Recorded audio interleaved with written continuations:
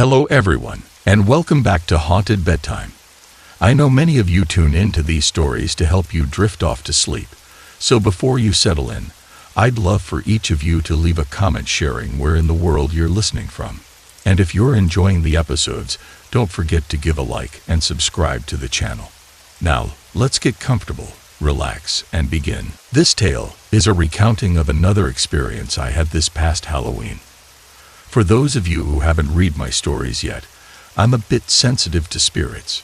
I've grown so used to paranormal activity that I remain pretty casual about it, unless it turns violent. Even then, I try to act cool.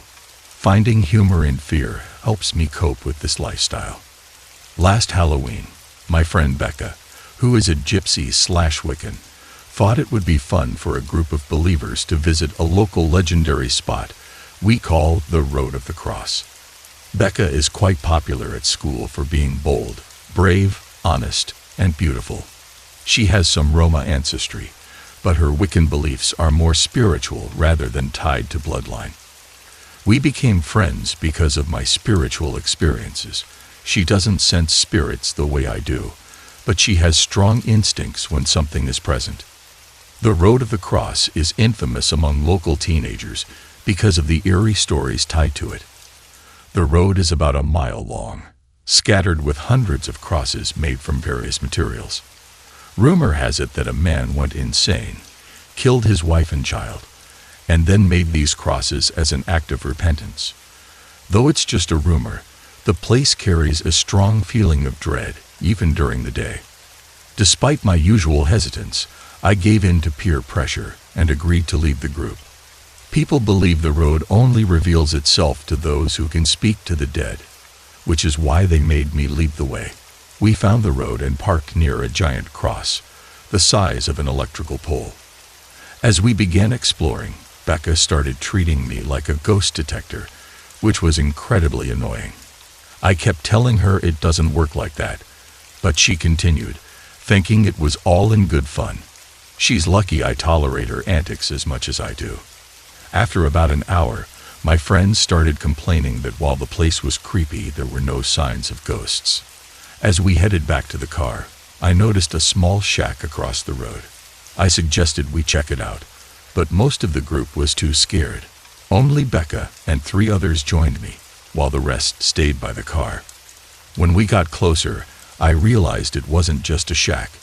It was a small house, the very one where the rumored tragedy had taken place. A sense of dread hit me like a wave. I told everyone that it wasn't worth exploring further, but they thought my reaction meant I was sensing something paranormal. They weren't wrong.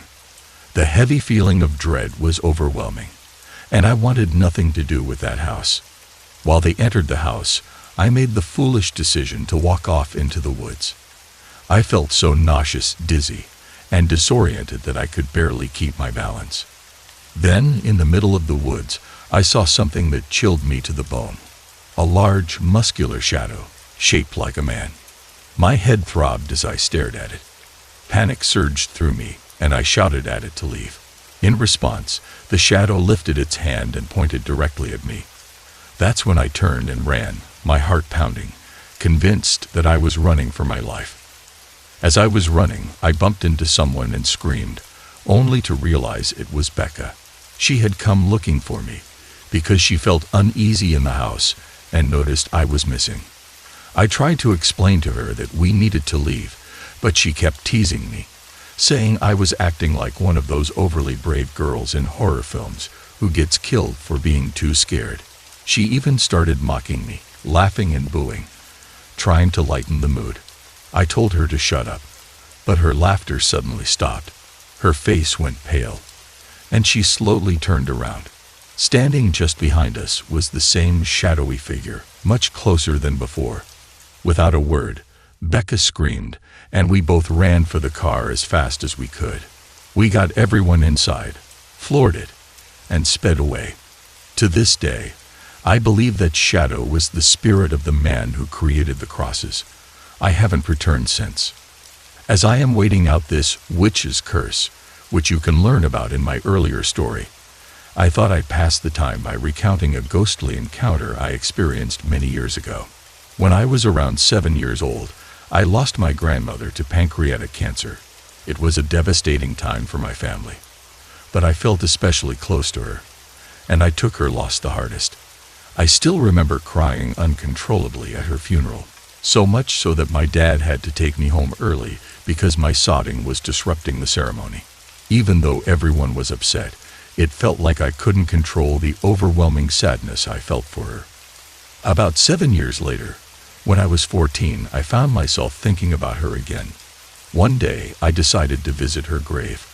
I don't know why, but I had the urge to talk to her, as if somehow she could hear me. It felt strange, standing there talking to a grave, but I wanted to believe that she was listening. I brought along some pink roses, the kind she always loved. They were soft, with a sweet fragrance, and I placed them on her grave, hoping that, in some way, it would reach her. I spent some time talking to her about things I was going through at home. I had been dealing with a lot of personal issues and didn't know who else to turn to. After spending some time at the grave, I felt an urge to visit her old home, which was now my uncle's house. It wasn't too far from where I lived, so I decided to spend the night there. As soon as I walked into the house, I was hit with a strange feeling, a wave of comfort that I couldn't explain. It felt like more than just nostalgia. It was as if my grandmother's presence still lingered there, welcoming me. I set up my bed, placed my radio and laptop in the room, and tried to settle in. But my mind kept drifting back to my grandmother and the times we spent together when I was younger. I felt her memory all around me, and before I knew it, I found myself wandering into her old bedroom. The room was mostly unchanged, with her old king-size bed still in place, 2 dressers, a large makeup mirror, and a rocking chair in the corner. Despite the familiar surroundings, her room felt empty, almost hollow without her presence. I missed her deeply. I walked around the room, feeling a strange sensation wash over me. It was as if the air had turned cold, but I brushed it off, thinking it was the air conditioning. Now looking back, I realized that was the moment when I first felt the presence of something paranormal. But at the time, I didn't think much of it. I thought it was just nerves or maybe the emotion of being in her room again. That all changed when I walked past the mirror. As I glanced into the mirror, I froze in shock. There, sitting in the rocking chair, was my grandmother. She looked pale, almost ghostly, like a smoky figure you could see through. But it was unmistakably her. Her warm smile, the same one she always had, was on her face, and she looked at me as if she were proud of me. My heart raced. I didn't know if I was terrified or overjoyed. I just stood there, unable to move, staring at her reflection. I wanted to run to her, to hug her, but I felt frozen in place. I was filled with a mixture of emotions: fear, sadness, longing. But mostly, I just missed her. Tears welled up in my eyes, and as I stared at her, I noticed she was trying to speak. Her lips moved, but I couldn't hear any sound. I tried to focus, but the tears blurred my vision, making it impossible to understand what she was saying. Then suddenly, her expression changed. Her smile faded, and she began to cry. It felt as though she understood that I didn't believe she was really there. I had wanted so badly to believe that she had come back, but deep down, I knew it wasn't possible. She wasn't alive. As she continued to cry, her figure slowly started to fade. Desperate, I screamed, "Don't go," and ran toward her, but by the time I turned around, she was gone. Overcome with emotion, I collapsed into her rocking chair, sobbing uncontrollably. The sadness I felt was overwhelming. But as I sat there, I suddenly felt a gentle pressure on my shoulder, like someone was softly patting me. It was so real. I reached up to touch my shoulder, and though no one was there, I felt reassured. I believed in that moment that my grandmother was still with me, comforting me just like she always had. Over the years, I've become more sensitive to spirits. I'm not a medium by any means, but I can sense when a spirit is nearby, especially when it's in the same room as me. Occasionally, I'll see spirits as shadows or blurs, and paranormal events seem to follow me. But I believe my grandmother is always there, watching over me, protecting me. When things get really bad, like when a negative entity tries to take control of my home or even my body, I rely on one thing to protect myself: my own willpower. I've learned that if I can stand strong and resist, a shade or spirit has no power over me. Demons, on the other hand, are a different story, and I hope I don't have to face one anytime soon. But I have faith in myself and in the love of those around me to get me through whatever challenges come my way. When I was younger, back in the mid-70s, my husband and I lived in an apartment complex. We had become fairly well acquainted with the couple who lived right above us. They were an attractive pair, but their relationship was far from peaceful. Arguments were a regular occurrence, and they fought over the smallest of things. Sometimes their fights would get so intense that the man would even pull out his snub-nosed .38 pistol, and they would take shots at each other. It was shocking to witness, but somehow it had become part of the routine. One night, what I had feared for months finally happened. Their argument escalated to a point of no return, and the woman shot the man to death with his own gun. I will never forget the sight of his body falling, landing right on my porch, just outside my front door. It was horrifying. No charges were pressed against the woman because she claimed self-defense, and it was accepted. In the days that followed, the woman began behaving very strangely. She was jittery and anxious, and she claimed to see her deceased husband in her bedroom on several occasions.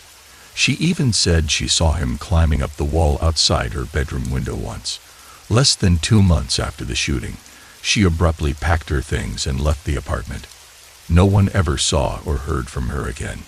About 6 months later, one summer evening, my husband and I were entertaining some friends, including my husband's uncle, who had been legally blind since his teens. A strong thunderstorm hit that night, with fierce lightning, high winds, and heavy rain. It only lasted about 20 minutes, but it left the air feeling unsettled.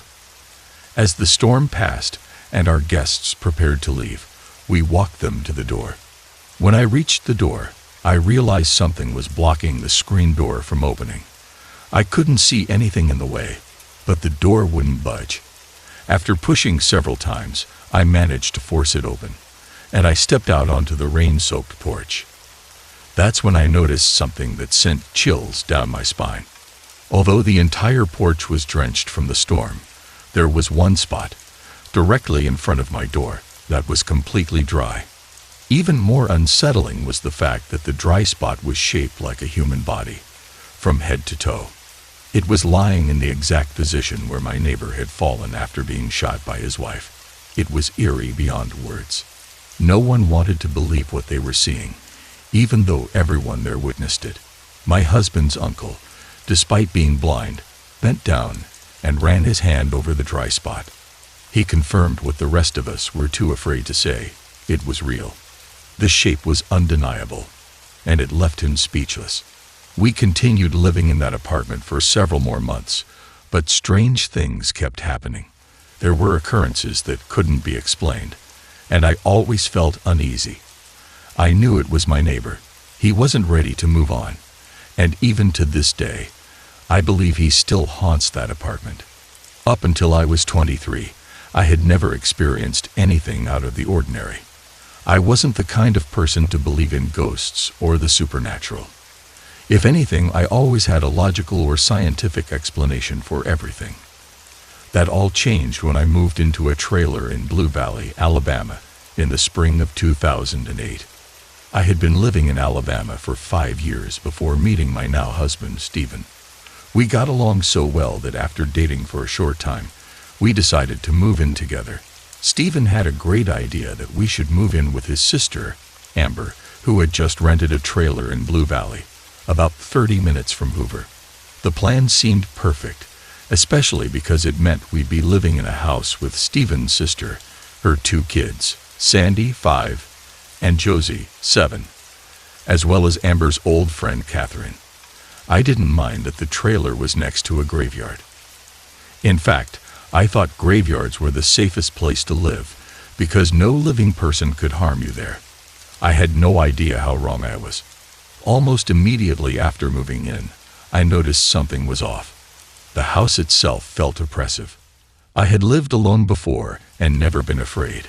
But here, whenever I was alone, I felt an overwhelming sadness and a sense of depression. It didn't make sense, but I brushed it off. My niece, Josie, however, seemed to feel it too. One day, when I was supposed to babysit her, she refused to go inside the house. We sat on the front porch instead. She asked me, "Mary, do you believe in ghosts?" I laughed and replied, "No, not really." "Why do you ask?" What she said next sent chills down my spine. The other night, something black knocked me down in the shower and started laughing at me. I tried to brush it off, telling her that maybe she was just sleepy or imagining things, but she swore up and down that something dark had pushed her. After that day, Josie started having terrible nightmares. Dreams of women covered in blood, of an angel hanging by a rope from a gate. I was worried.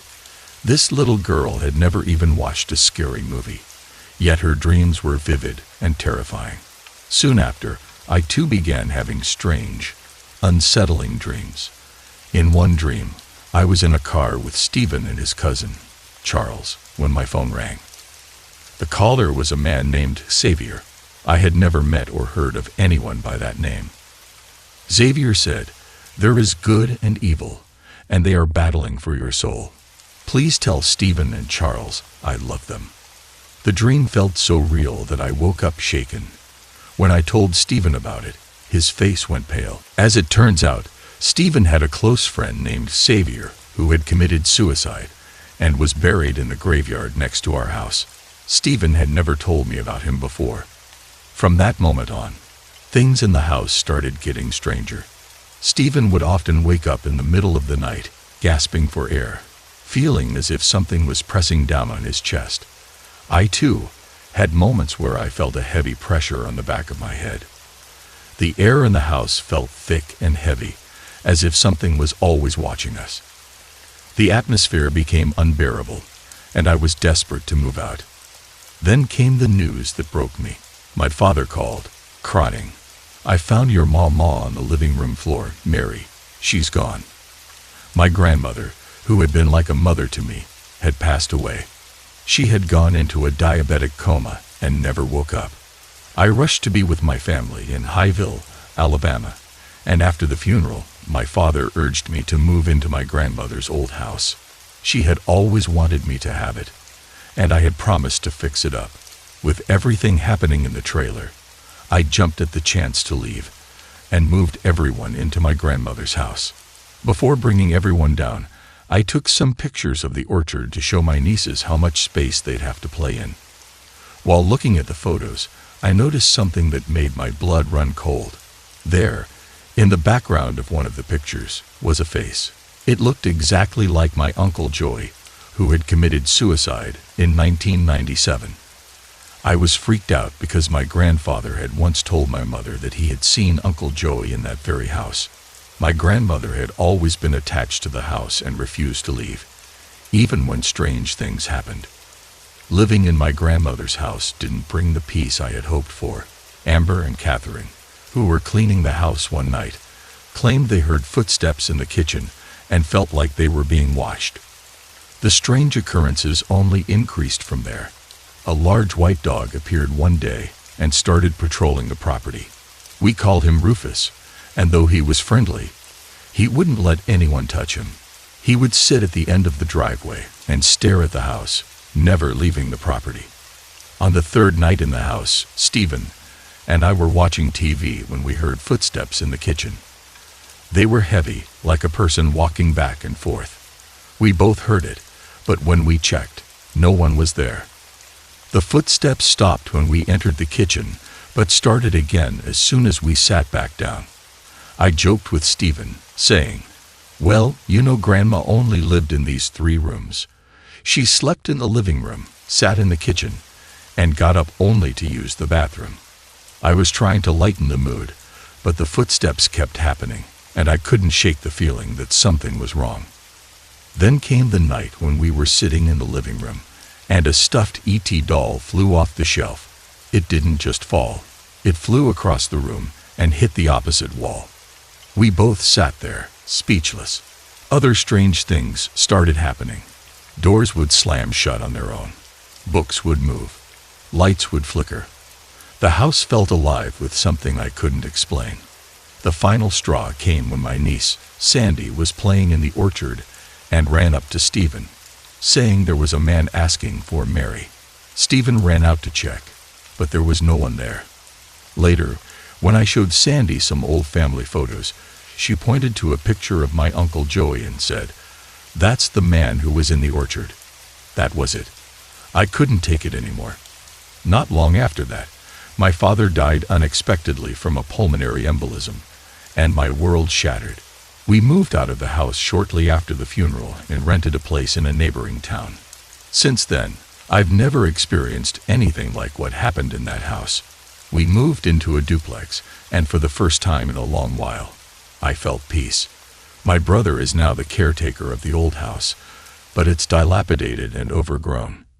No matter how many times he closes the front door, it's always open when he comes back.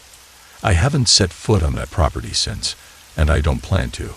It's like the house is holding on to something, or someone, that doesn't want to leave. I believe in ghosts, and over the years, I've had a few experiences that I'd like to share. One of the most memorable encounters happened when my wife and I had lived in Dothan, Alabama, before we eventually moved to Maryland. We bought our house in Dothan around 2004 and lived there for about 2 years. It was a cozy place, perfect for our family with 2 boys. The lady we purchased the house from was quite old, and during the closing, her daughter met us to finalize everything. Afterward, we all drove over to the house, where the elderly mother came to say goodbye to her neighbors. She was very kind, and as we talked, she mentioned how much she loved the house, but could no longer manage the stairs. She seemed genuinely happy that a family would be moving in.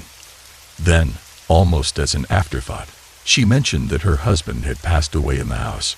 She said he was a Fred, which I quickly understood was her southern way of saying his name was Fred. This didn't really bother us. People passing away in homes is not uncommon, and it wasn't something that freaked us out. The house had a peaceful feel, and we didn't think much of it. The house itself was charming.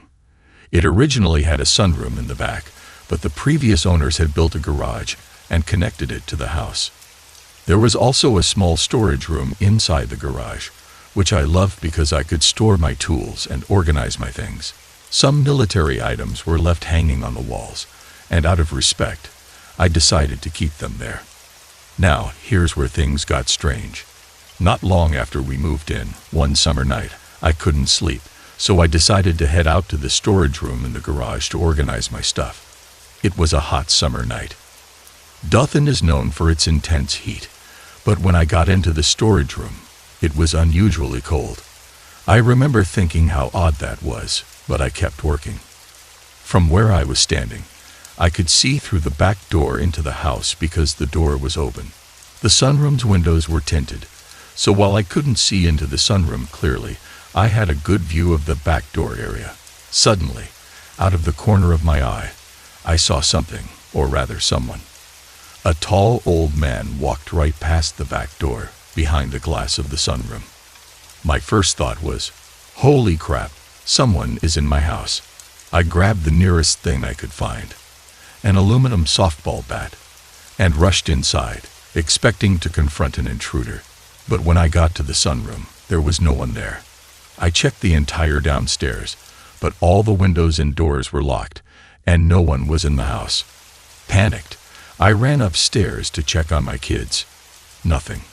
They were fast asleep, and everything was perfectly normal. I went back downstairs, locked the back door, and stepped outside to look around the yard. No one was there. That's when it hit me. Fred. The old man I'd just seen matched the description the woman had given of her late husband. I was spooked but strangely calm at the same time. I went back inside, told my wife about it the next morning, and after she calmed down, We both came to the conclusion that it must have been Fred.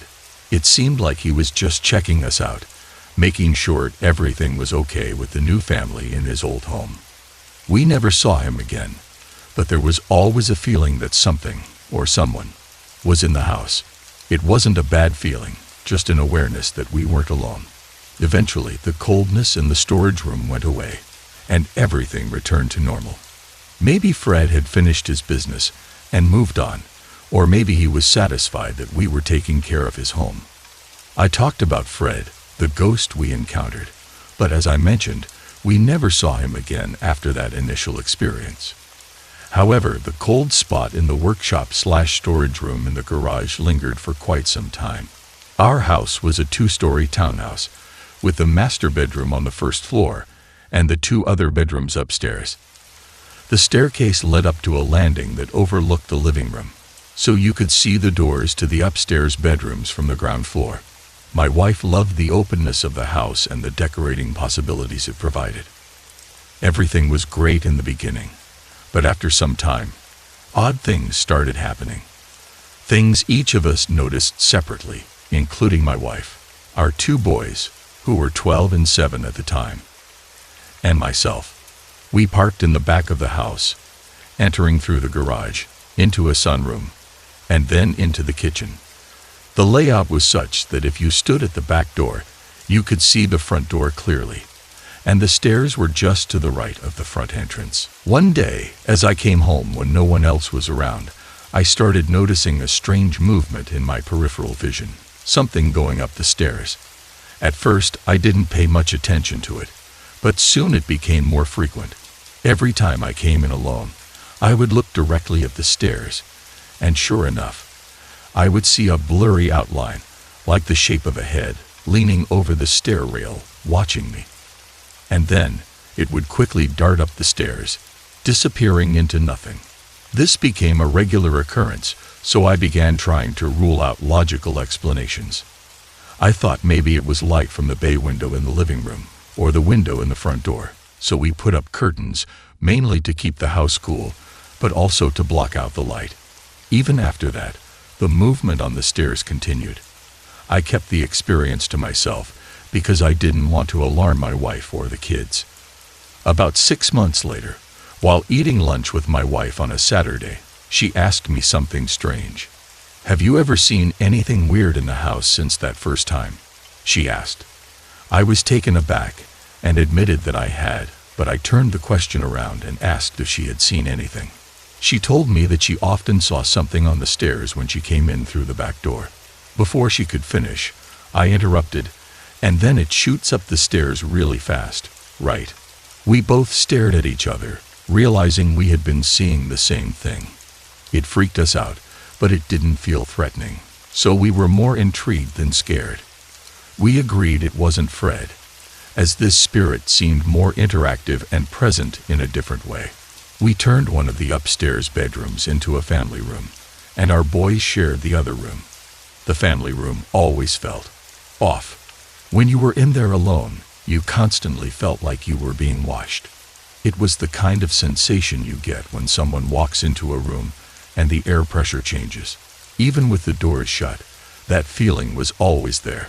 We tried testing the front and back doors and the air conditioner to recreate the sensation, but it was never the same. It felt as though something was always watching. The most startling event happened one night when I was working late. My family was upstairs in the family room, playing together, when suddenly, one of the cabinets in the upstairs bathroom slammed shut with a loud bang.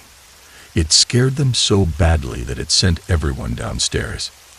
That same night, my son said he tried to open his bedroom door, but it wouldn't budge, as if someone on the other side was holding it closed.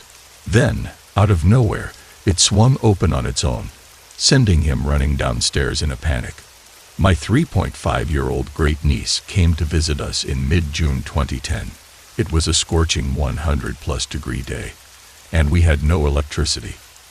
After playing with her in the pool, I went out to pick up some ice and drinks. When I returned, my wife told me that our niece had reported. A mean man tried to kick me. My wife had gone inside to use the restroom, leaving the little girl in the living room.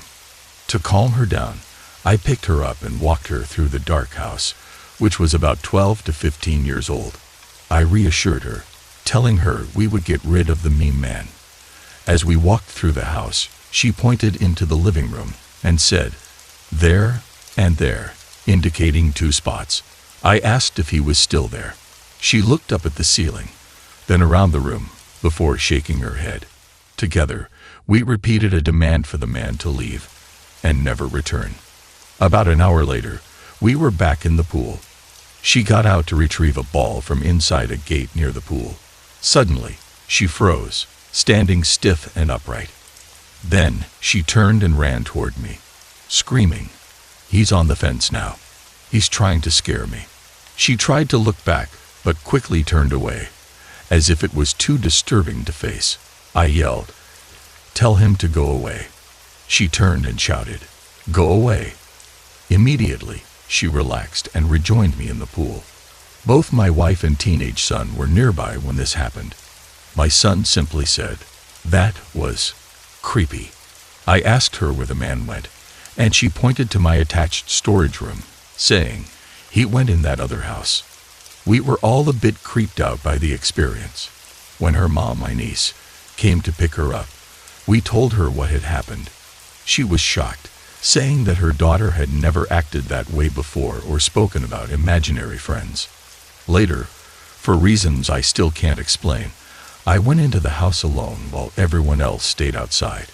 Using my iPhone 3G, I took about 35 pictures of the living room where she had seen the man. I didn't review the photos until the next evening. Most of them were clear, except for one, which was slightly blurry. I almost deleted it, but something made me zoom in on it. What I saw sent chills down my spine. A human face, clear as day. A man's face, either oversized or much closer than it appeared. I've shown it to dozens of people, and most can see it immediately. Oddly enough, it's much clearer on my iPhone than on a computer screen, likely due to the pixel count. If anyone's interested, I'm happy to share the photo. If you view it on your cell phone, you should be able to see it clearly. Feel free to email me at chillage0906@gmail.com for a copy, and I'd love to hear your feedback. This incident made my wife and me think back on many odd occurrences since we moved into the house 3 years ago. Unexplained noises. My teenage daughter always feels uneasy in one of the bedrooms, the same one near where the man was seen. There was also a strange photo taken of my son when we first moved here, a picture of him with a skeleton beside him. The phone the photo was on got destroyed in a rainstorm, so I no longer have it, but I remember how strange it was. I have no idea how I brushed it off back then. As of this past week, our Shih Tzu has been staring at the same doorway where the face was seen, trembling. One night, she jumped on our bed and started screaming at the doorway, not barking, but actually screaming. My wife also heard the back door open late at night. The dogs heard it too and ran into the living room, barking uncontrollably. But when we checked, no one was there. The last incident happened 2 nights ago. We had painted the room that creeps out my daughter. There's a file cabinet in the closet, which my wife had pulled out so I could set up a computer behind it. When I went to push the cabinet back, I noticed it had somehow been turned around. I started to spin it back to its original position, and when my wife walked in, she questioned why I was moving it. Neither of us had moved it since she pulled it out, and we both realized it had turned on its own. That one incident spooked her so much that, for the first time, she mentioned being ready to pack her bags. First off, I want to make it clear that I won't fully describe the layout of the place where this happened. I work at a jail in Alabama, and for privacy and safety reasons, I'll leave it at that. I started working there almost 6 months ago, and overall, I enjoy my job. There's a certain pride that comes with what I do. To give you a rough idea, imagine a flower. The petals are the different sections of the jail, and the center is the control tower where we monitor everything. From the tower, we can see the different sections through windows, and there's a small walkway that goes around the tower so we can get a closer look if needed. The walkway is also the only way into the tower, and there are reflective mirrors that allow us to see below the tower without leaving it. I work the second shift, which runs from 7 p.m. to 7 a.m. This is usually a quiet time because most of the inmates are sleeping, so we don't get too many problems. However, it can get boring sometimes. On my first night in the tower, I was left alone while my training officer went to the bathroom. I was walking around, checking the sections through the windows, when I noticed something. A shadow passed the door. At first, I thought it was my training officer, so I buzzed the door, but no one opened it. Then, I heard him on the radio, asking for someone to find a key to the lobby. He was on the other side of the jail. I looked up at the mirror to see if anyone was hiding, but no one was there. I thought maybe it was just the shift playing a prank on the new guy, but there was no one. This sort of thing started happening every 3 or 4 weeks. At first, I didn't pay much attention to it. When you're in a small room for 12 hours, alone, you start to see things out of the corner of your eye, especially shadows. But this shadow kept appearing. Sometimes, I'd just stare at the door, waiting for it, or I'd walk up and look outside, trying to catch someone, but I never saw anyone. Eventually, I started asking around. That's when I found out that an inmate had hung himself in one of the sections. Apparently, his girlfriend had cheated on him, and he had found out through a letter. Some of the other officers admitted they'd seen the same thing, a shadowy figure walking past the door. It seemed like a common occurrence. At first, I thought it was kind of cool. The shadowy figure would walk by, and I assumed it was the spirit of the inmate. He was tall, taking up a good portion of the window on the door. It didn't bother me much, and I figured it was just something that came with working in a place like this. But then, things started to change. I began seeing him more and more, not just in the jail, but outside of work as well. It was strange, because the shadow would only appear when I was with my girlfriend, who also happens to be another officer at the jail. We don't show our relationship at work for obvious reasons, but when I'm with her, especially in the jail, I always feel like someone is watching me. I can't shake the feeling. I've never had to deal with anything like this before, and I'm wondering if this is normal for ghosts. I believe in them, but this has gone beyond the occasional sighting. It's becoming more frequent, and I can't help but wonder if it's connected to the spirit of that inmate.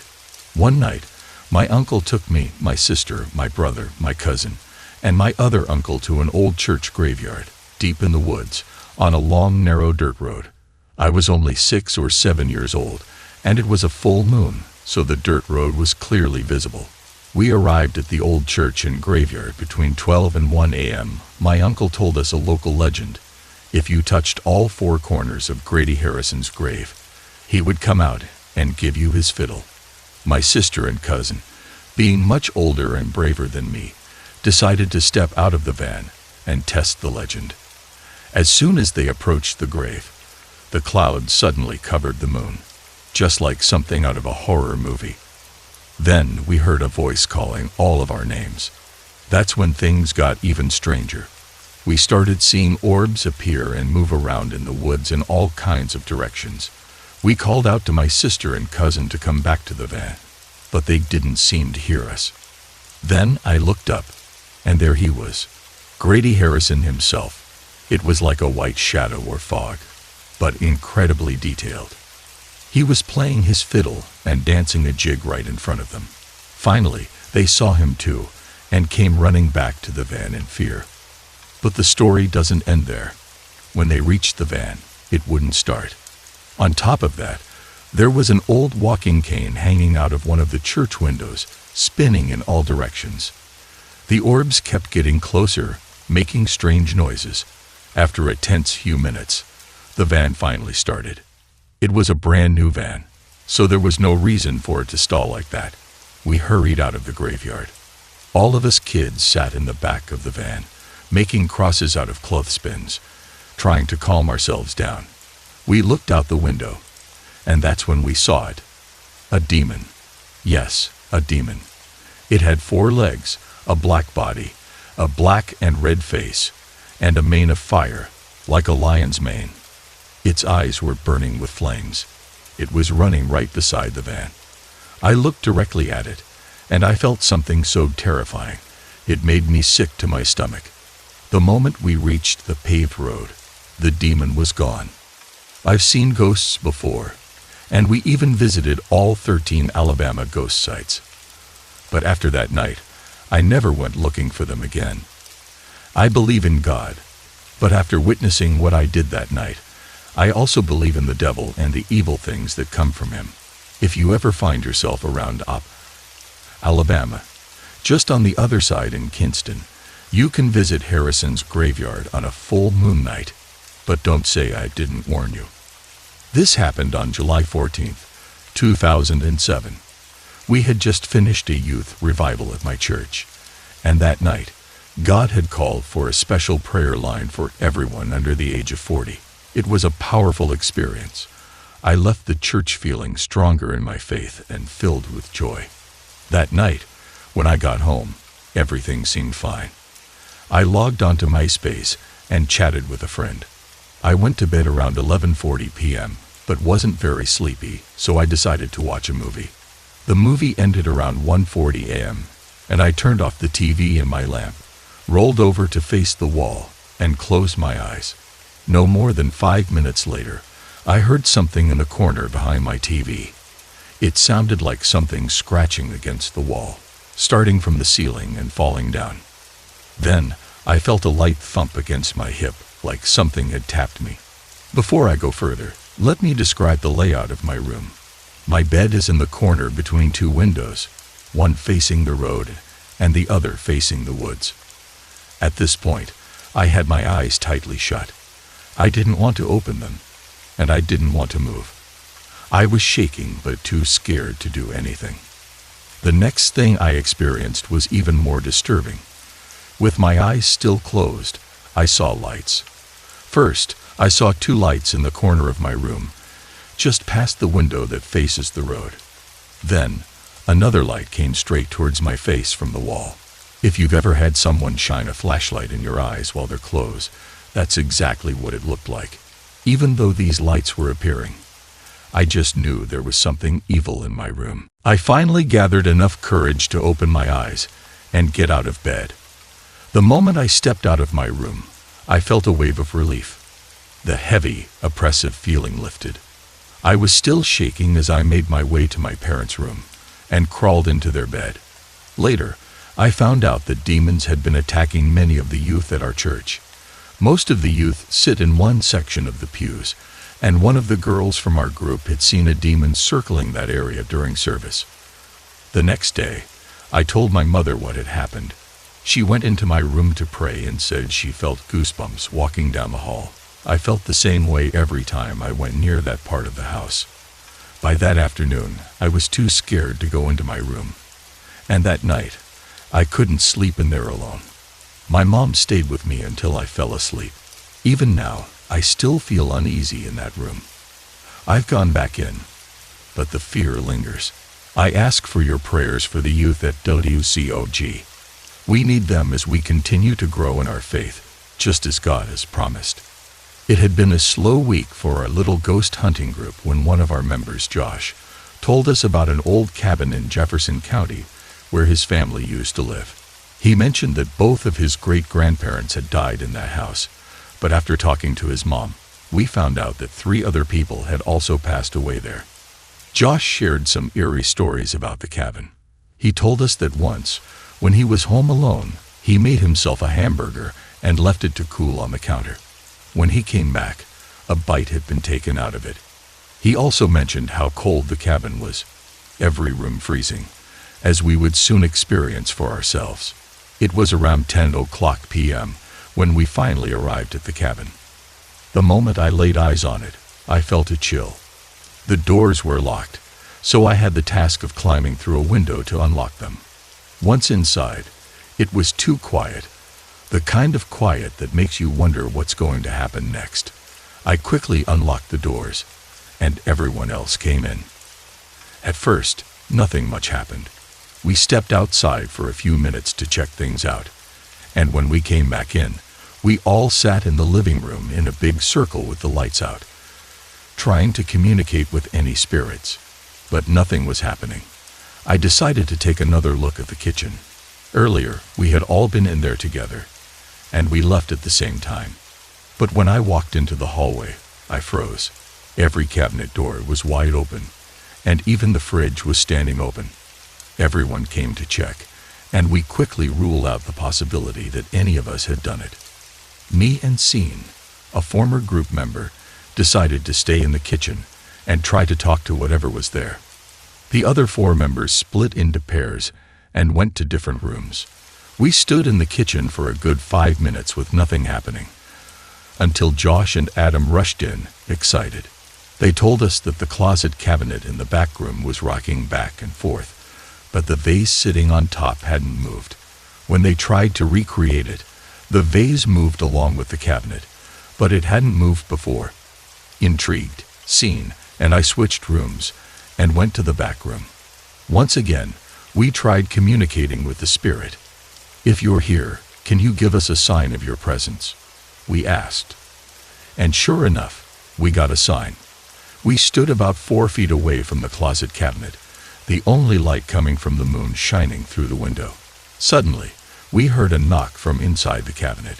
We both reacted, saying, "Whoa!" But then, whatever had knocked, punched the inside of the cabinet so hard that the door actually flexed outward, as if something was trying to punch its way out. We both cursed loudly, completely freaked out. When we checked the cabinet, it was empty. Then from the living room, we heard Josh crying. We ran to check on him, and he sat there with tears rolling down his face, saying he could hear his great-grandfather talking to him. There's a small town near Dora called Old Dora. Back in the day, it was the place to be, complete with stores, a library, a Methodist church, and even a train station. But over the years, people started building farther away, and Old Dora became abandoned. Now most of the old buildings have collapsed or been torn down, but a few still remain, like the church, the train station, the library, and a furniture store. The concrete wall supporting the railroad tracks has become a giant mural, covered in spray-painted artwork from years past and present. My friends and I, who have claimed Old Dora as our own little spot, have left our mark there as well. We often go there at night, wandering into the old buildings to try and make contact with any lingering spirits. One building we always wanted to explore was the Methodist church, but it had always been locked. I wasn't about to break into a church, so we never went in, until one night. That night, as we did our usual round, we noticed something strange. The door to the bottom floor of the church, which faces the main road, was standing wide open. I glanced at my watch. It was 11:37 p.m. Everyone was excited about finally getting a chance to go inside. I had a weird feeling in the pit of my stomach about it, but eventually we all walked in. The bottom floor was huge, with debris scattered everywhere. As I wandered around, I saw an old piano leaning against the back wall. I played a little tune on it, and just then, one of my friends noticed a staircase leading up to the second floor. There were 4 of us, and we all decided to check out the stairs. As we began climbing the winding steps, suddenly, from somewhere above us, a piano started playing.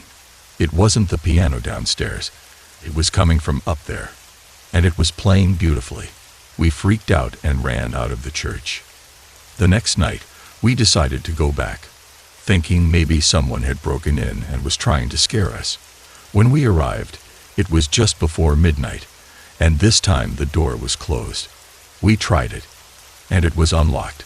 We walked in, retracing our steps toward the staircase. We stopped for a moment, gazing at the twisting stairs that disappeared into the darkness above. My friend played a quick tune on the piano near the back wall, but this time, nothing happened. Feeling a little more confident, we decided to go upstairs. As we reached the point where the stairs twisted, we heard it again. Soft piano music playing from the second floor. 2 of my friends bolted back down the stairs, but me and Scene continued up. When we reached the top, we found the source. A large black grand piano sitting against the wall near the stairs. But there was no one there. I stared in shock as I saw the keys being pressed down by invisible hands. I felt a chill run down my spine. Sean and I quickly left the church, and as we stepped out onto the street, the piano music followed us, echoing out into the night. It finally stopped when we started walking away. To this day, we can't explain what happened. But even now, if you go up to the church around midnight, you can sometimes hear the soft sound of piano music drifting out from the old building. My best friend, whom I'll call Anna, and I met in 4th grade at a local private Catholic school. When we were in 5th grade, Anna, who was an only child living with her mother, moved into a new condo complex.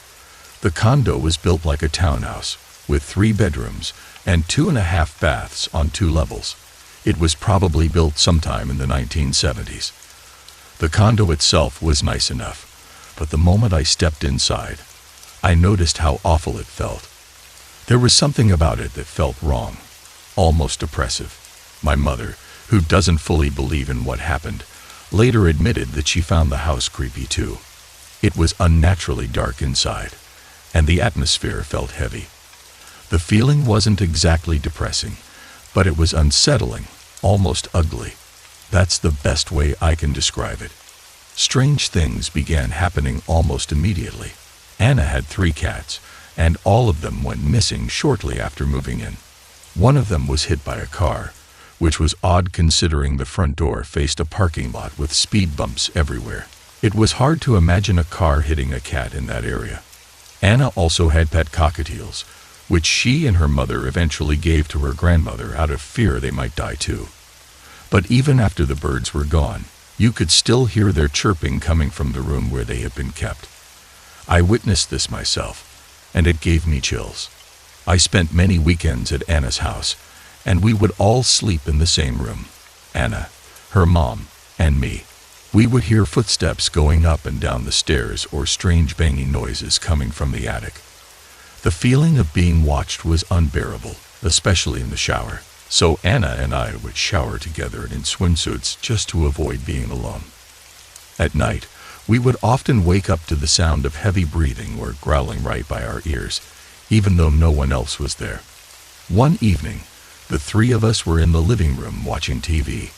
We had left the light on in the upstairs bathroom, and Anna's mother asked us to go turn it off. We always moved in pairs at night, so I followed behind Anna as we climbed the stairs. When I got to the first landing, her mother asked me something, and I turned to answer. Suddenly, Anna screamed and rushed past me, running down the stairs. She was crying, not from fear, but from pain. Her eyes were red and bloodshot. She explained that as she reached the top of the stairs, she saw a brilliant flash of light that came at her and burned her eyes. I hadn't seen anything, so I didn't fully believe her at the time. But looking back, it's clear that something had happened. I decided to go upstairs myself to turn off the bathroom light. As I passed the open guest bedroom door, I glanced inside and saw something strange. Bluish balls of light floating in the reflection of the mirror. Other things continued to happen. There was a time when a cyclone of floating garbage erupted from the trash can in the kitchen. Anna also described seeing a ghastly face in a table fan in her bedroom. The fan had been running at full speed, but it suddenly stopped, and the face appeared in the blades. There were also foul smells that seemed to drift around the house for no reason. Anna's mother wasn't wealthy, so they couldn't move immediately, though they eventually left once her mother found another place. In the meantime, she sought help. Her first stop was the Catholic Church, where Anna and I went to school. Despite having an exorcist priest, the church was reluctant to get involved. Anna did, however, start bringing home holy water several times a week. Desperate, Anna's mother asked a Baptist minister to come check the house. While he was there, they heard loud footsteps crashing upstairs. Then it sounded like something crashed through the ceiling and hit the floor in the living room. Whatever it was, it ran across the room and threw itself through the living room window. They heard glass shattering, but nothing was broken. The minister left in a hurry and never returned. Eventually, the exorcist priest from our church did come. While he was there, something grabbed Anna by the leg, yanked her out of her chair, and dragged her across the floor. The priest witnessed the whole thing. By this time, Anna's mother had learned more about the house. Apparently, an old woman had died there after being pushed down the stairs by her own daughter. There were also rumors that strange gatherings had taken place in the house before the old woman lived there. None of this fully explained what was going on, but it added to the mystery. The priest asked Anna's mother if she had done anything to the house when they moved in. She recalled a small metal plaque that had been hung in the doorway. It was in a language she didn't recognize, but the priest identified it as a Hebrew blessing. He spent some time in the house and concluded that it was infested with 9 separate demons. He replaced the plaque inside the doorframe, and within a week, the condo was exorcised by the Catholic Church. The exorcism was mostly successful. No more major incidents occurred, but the house still had an ugly, oppressive aura. The bad smells and strange shadows lingered. Less than a year later, Anna and her mother moved out. To this day, Anna doesn't like to talk about what happened, and honestly, I don't blame her. I'm about to tell you about 2 experiences that have happened in or around my home. The first one took place when I was 7 years old, and it involves my uncle Eugene. Eugene was my hero. After my mother passed away from an asthma attack when I was 2, I moved in with my grandparents and my uncle, while my dad relocated to another town. Though I still saw my dad every weekend, it was Uncle Eugene who became my role model and primary caretaker for those 4 years. So, you can imagine how devastated I was when the paramedics came to our house, put my uncle on a stretcher, and took him to the hospital. He had suffered a severe asthma attack, the same condition that took my mother's life, and tragically, it was too late. Eugene didn't make it. That night, I cried myself to sleep. My grandmother, seeing how heartbroken we were, decided that my sister and I should sleep in her room for the next few nights, since Eugene's room was right next to ours. The night after he passed, we were sleeping in her room. My grandmother turned off the lights, and soon both she and my sister fell asleep. I've always had trouble falling asleep, so I just lay there, staring at the ceiling, for hours. At some point, I opened my eyes for what felt like the 100th time, and noticed a light was on somewhere in the house. I looked around, but my sister and grandmother were still sound asleep, and my grandfather was at work. Slowly, I sat up and stared through the doorway. The light was coming from Eugene's room. My heart started racing. We had a breathing machine in the kitchen that Eugene used whenever his asthma flared up. As I sat there, frozen, I heard the machine turn on. Then, I heard the unmistakable sound of someone breathing into it, just like Eugene used to. I quickly lay back down and squeezed my eyes shut as tightly as I could. Somehow, I managed to fall asleep despite the fear that gripped me. That was the story about my uncle. Now let me tell you what happened just a few weeks ago at my great-grandmother's house. A few months back, my great-grandmother fell and broke her hip. Since then, she's been in and out of the hospital. When she's not in the hospital, she stays at our house, which is right next door to hers. I play bass guitar in a band, and one day, I needed some quiet time to practice. So I decided to go to her empty house to play, thinking I'd have the place to myself. I started practicing and ran through a few songs with no issues. But when I began playing a particular song, one that we based off of a 1950s tune, something strange happened. From the back room of the house, I heard what sounded like the closet door opening, followed by a bump, and then footsteps pacing around the room. This happened every time I played that song. At first, I thought it was just the house settling, but then I learned something that gave me pause. My grandfather's brother had died in that very house, and my great-grandfather had actually built it himself. I don't know exactly what's going on out there, but one thing's for sure. Whatever it is, it seems to like our music. This story is about a small, abandoned town called Old Dora. I know I've mentioned this town before, specifically the old Methodist church there. But this time, I want to tell you about the strange things that have happened in and around the other buildings. Let's start with the old furniture store. A few weeks ago, my cousin Scene and I decided to go ghost hunting.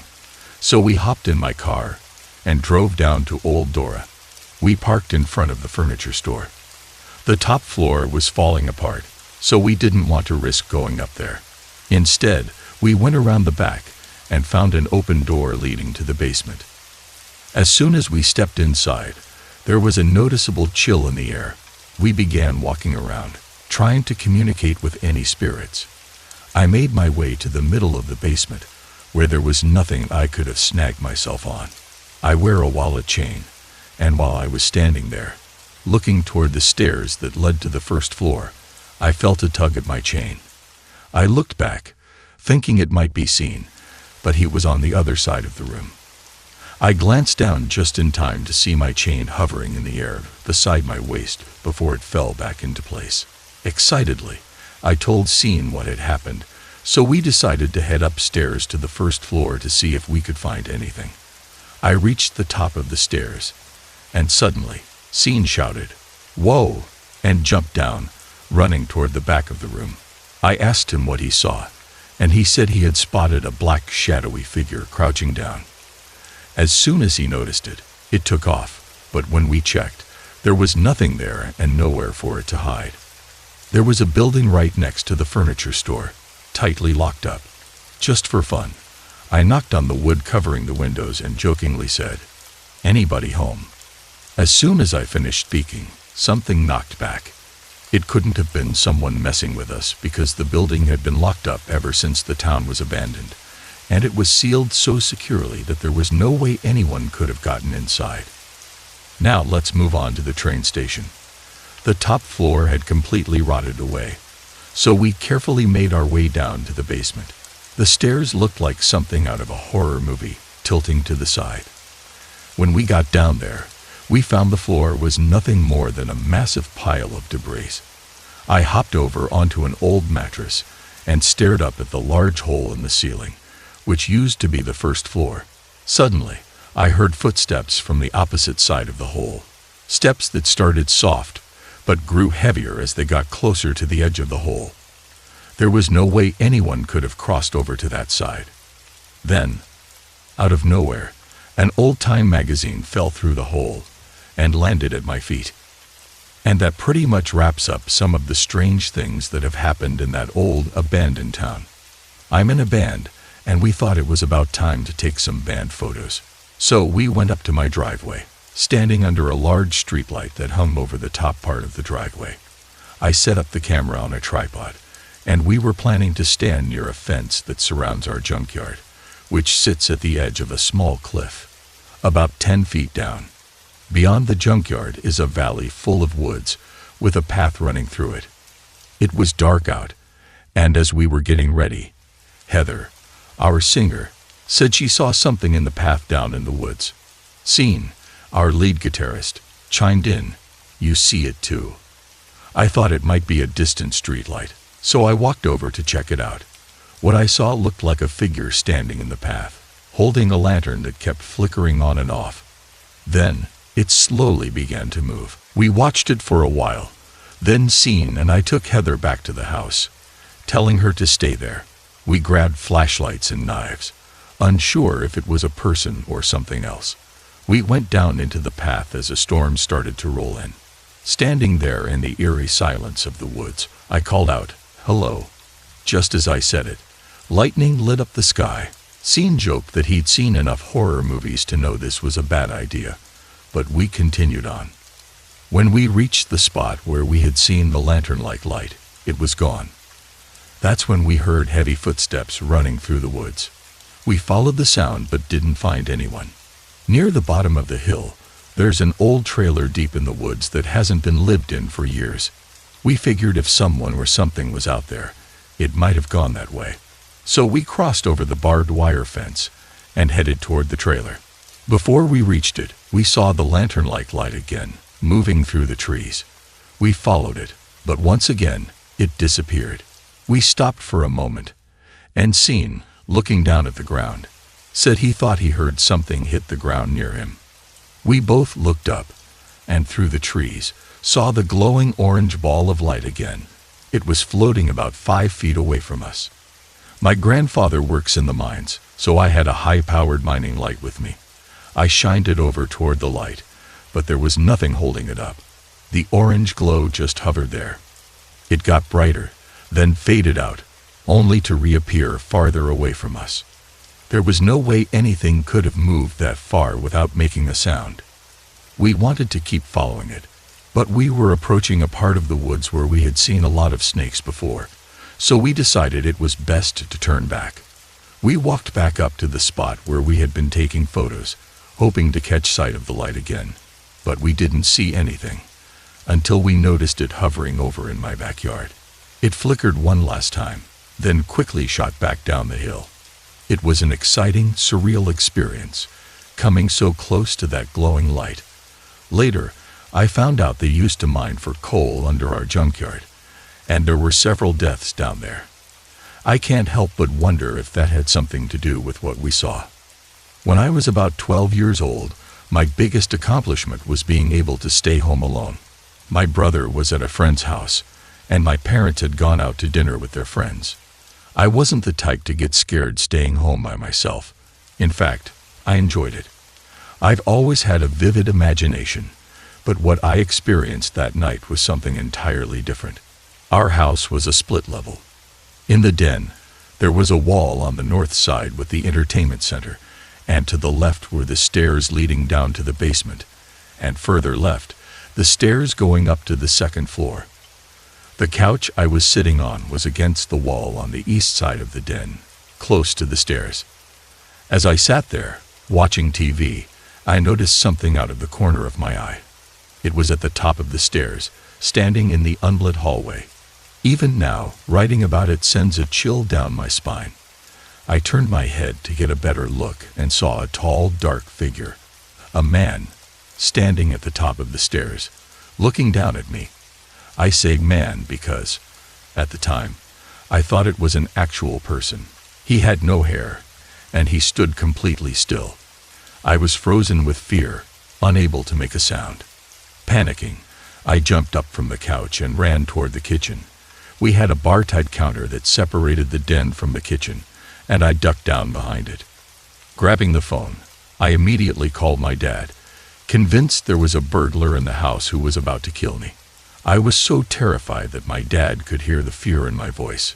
He rushed home immediately, but those 10 to 15 minutes felt like an eternity. I was certain the figure would come around the corner any second. When my dad finally arrived, he checked the entire house. There was no one there. He thought I had imagined the whole thing, but I knew what I had seen.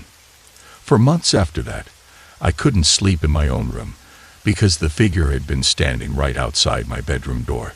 I started to believe it was some kind of evil spirit, even though I never saw it again. Still, every night I would feel like something was watching me while I tried to fall asleep. As a child, I used to pray to God every night, asking for a ghost blanket to protect me, something that would shield me from any spirit or evil presence while I slept.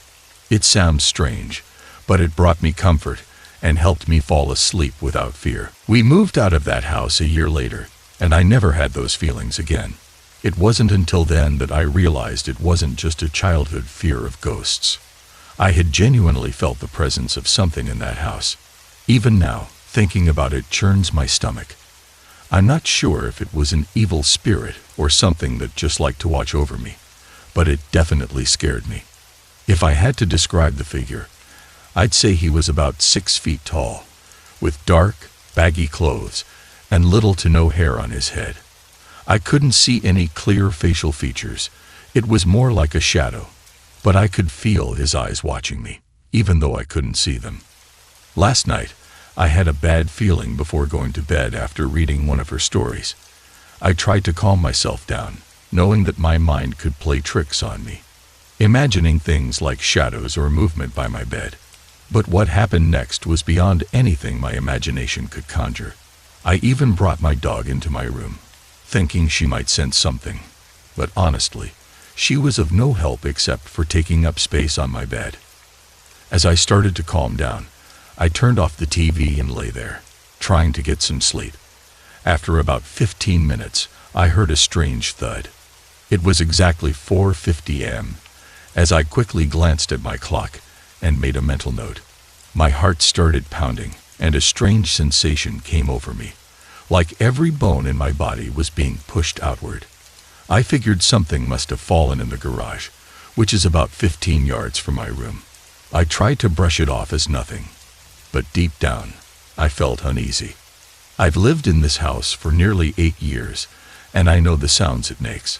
I wouldn't be sharing this story if it were just that one noise because it could easily be explained away. But here's where things took a turn. Ignoring my better judgment, I silently asked, "If this is some kind of spirit, please make that noise again, so I know it wasn't just random." I also began to pray, "God, if this is a spirit, please don't let it enter my room, harm me, or manifest in my presence." Before I could even finish my prayer, the loud thud happened again. This time, it was at 4:54 a.m. My body began shaking uncontrollably, and I prayed even harder. I hadn't felt this terrified since I moved into this house. I prayed for the ghost blanket, a comforting prayer I used as a child to protect myself from spirits. I could still sense something was there, and soon I began to feel cold gusts of wind, even though my fan was always on. But this wind felt different. It wasn't just the fan, it was something else. Along with the cold gusts, I started feeling intense heat flashes. I almost broke out in a sweat and instinctively took off my shirt, not just because of the heat, but also because I have a cross tattoo on my back, and I thought it might help ward off any bad spirits. I made sure the tattoo was visible and tried to calm myself down. But just as I was starting to regain some control, I heard something in my head. I don't know if you've ever experienced this, but when I hear a higher power speak, it feels like the voice comes from inside my head. This time, it was a loud whisper, and it said, "You have been chosen." I completely freaked out. I started repeating, "Chosen for what? Chosen for OHHAT." But the voice only responded, "You will see." This happened at 5:15 a.m., and I was left shaking, not knowing what it meant. I'm terrified of what it could be. Has anyone else ever experienced something like this? I don't know what to do or how to deal with this fear of spirits. I'm not sure if I'm being called to something, or if it's just a manifestation of fear. I'm scared to find out.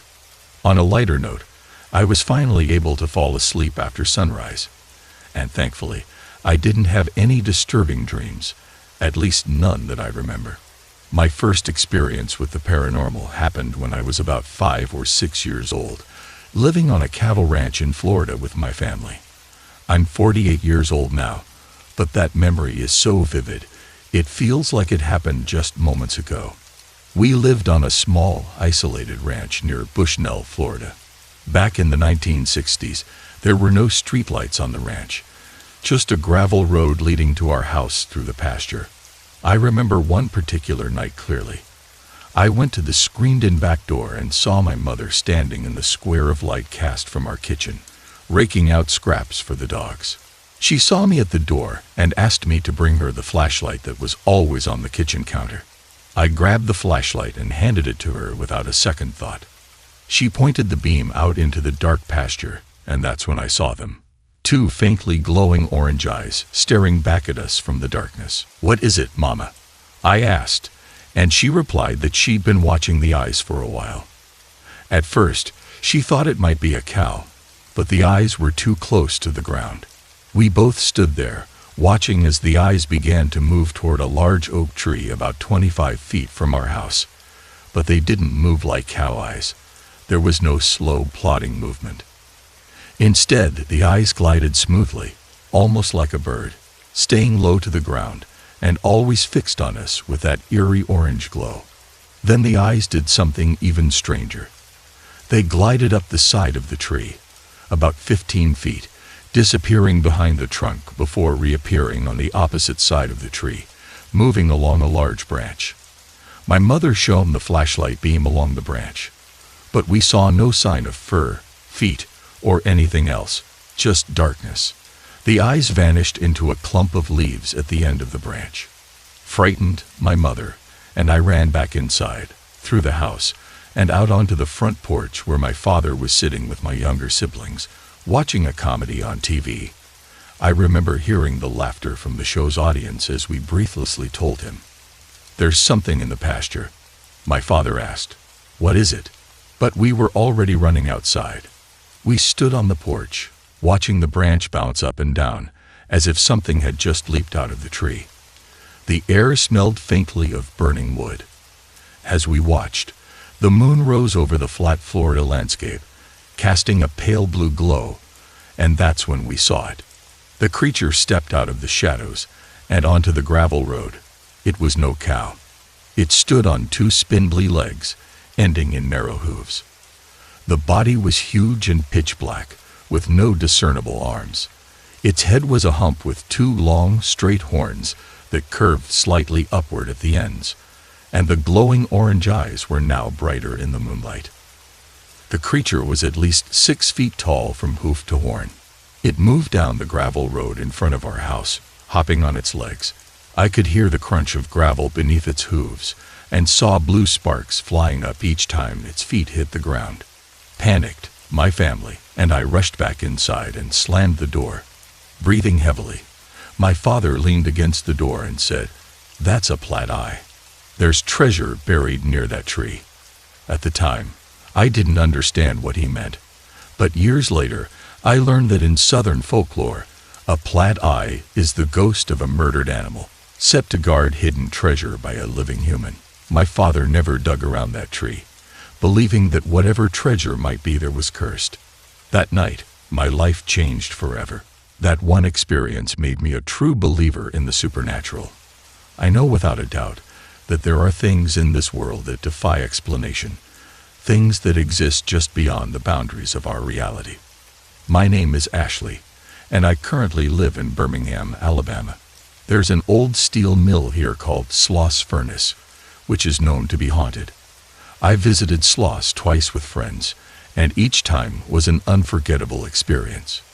The first time I went with 2 of my friends, it was fascinating to see how things worked in the 1800s. Sloss Furnace was built in 1882 and operated until 1971 when it closed due to pollution and the declining cost of steel. We took photos and walked around, but one room stood out, the blowing engine room. This is where most of the workers labored, and it's also where many of the most tragic deaths occurred. As we explored, we heard strange banging noises and footsteps. I took a photo of one of my friends standing near an old wheel, which had once snagged a man, crushing him slowly as the wheel turned. It was a horrific story, and I was scared. When we looked at the picture later, we were even more shocked. My friend's body in the photo appeared see-through, and his head was missing. We were spooked after that. My second visit was with one of the same friends, but I also brought along my best friend, who was skeptical. He didn't really want to go, saying, "Respect the things of the past," but he came with us anyway. Something strange happened right away. According to the museum schedule, Sloss Furnace was only open from Tuesday to Friday, but we went on a Monday, and no one told us to leave. As we wandered by the old machines outside, both of my friends said they felt like we were being watched. I shrugged it off, thinking they were just uneasy, but I wasn't too bothered because I knew what to expect. While we were reading about the biggest furnace there, I suddenly saw a white shadowy figure peeking from behind a pole. The moment I turned my head, it vanished. Later, we entered the tunnel. After we left, my best friend told us that he had seen a dark, shadowy figure standing next to my other friend while we were inside. He hadn't mentioned it at the time. Next, we went into the blowing engine room, the most haunted part of the factory. The moment we stepped inside, we felt lightheaded, nauseous, weak, and filled with fear. As we walked around, I told them the stories I had heard about the people who had died in that room. Suddenly, out of nowhere, we heard a loud "shay-shay, hey-hey" sound. Without a second thought, We bolted, running faster than we ever had before. In my panic, I dropped my watch, but I went back to retrieve it. Apparently, I wasn't so scared that I couldn't go back for my things. It was a terrifying experience, but also fascinating. I'd definitely visit again, but I wouldn't go alone. I still wonder why we experienced paranormal activity on our second visit and not on the first. Was it because my best friend, full of fear, was with us this time? Do ghosts sense fear and feed off it? It's something I've thought about a lot since that night. I want to start by saying that during these occurrences, I haven't been scared or under any stress. It happens right after I turn off the lights and TV, so I know it's not a case of drifting in and out of sleep. I'm wide awake and fully aware of my surroundings. These images and sounds don't follow the normal patterns of my imagination. It's hard to explain, but if you knew me, you'd understand. I wouldn't even post this if I thought it was just my imagination. The proof may come in time, but for now, I can only share what I've seen and heard.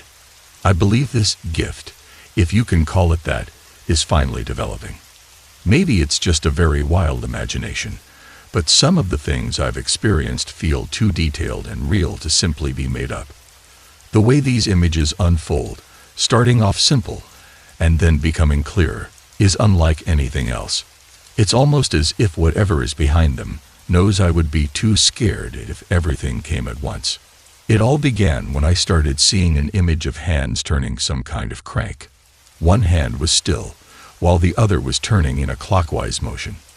At first, I thought it might be a churn or something. I had no idea. Then, the image widened and became clearer. It was an old-fashioned hand drill. I didn't realize its significance at the time. Then a spirit began to take form, and I understood what the drill was for. There was a man suspended on a thin board like plywood.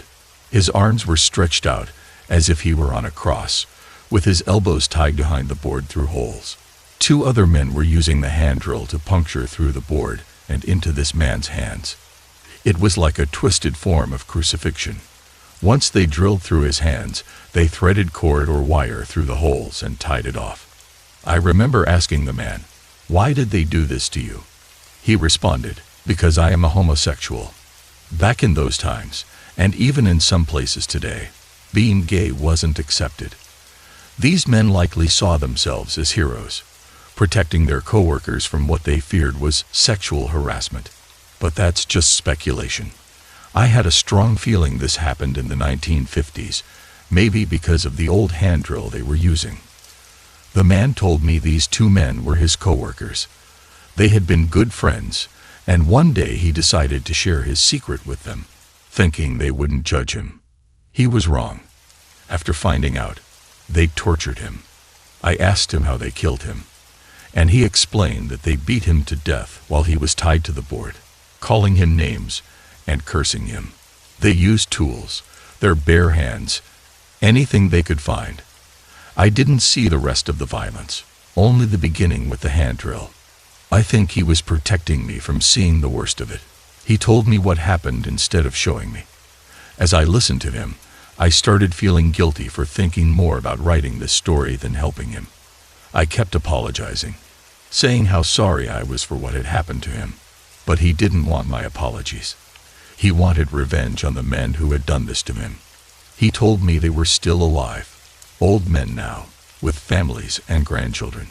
I told him that they would face justice in their own time, either on this earth or before their maker. But I don't think that comforted him.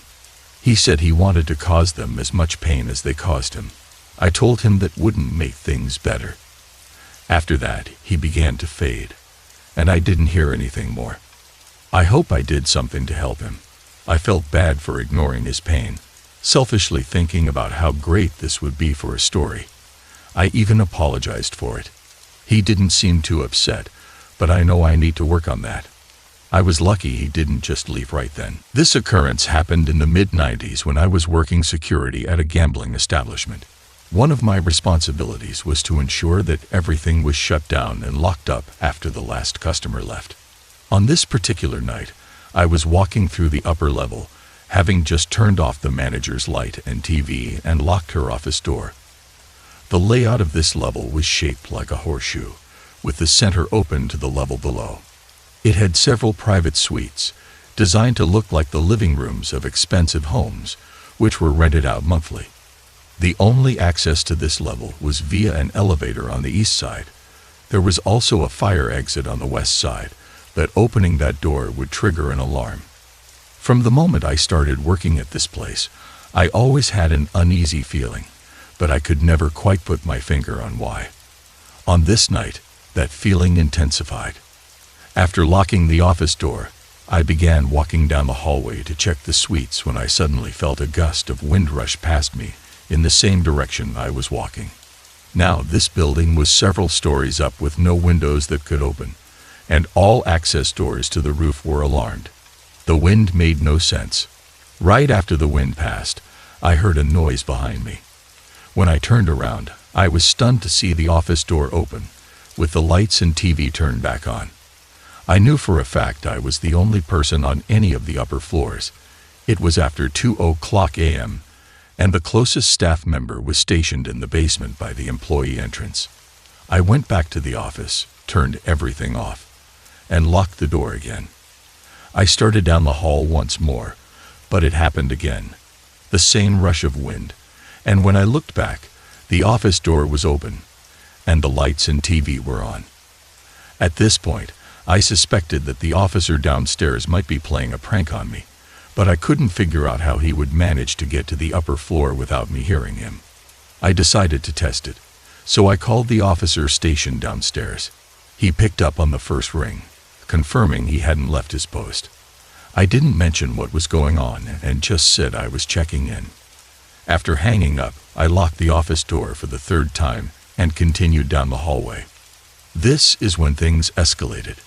As I made my way to the first dining area, I suddenly felt like I had been tackled by a linebacker. I was lifted off my feet and thrown about 5 feet down the hall. For context, I'm 6'3" and weighed 270 olves at the time. It would take considerable force to pick me up, let alone throw me that far. At that point, I decided to leave the top level to whatever wanted me gone that night. When I got home that morning and was getting ready to shower, I discovered a huge bruise on my right side, just above my waist, exactly where I felt the impact. The bruise was undeniable proof that something had physically hit me. Curious and disturbed, I tried to find some background on the building.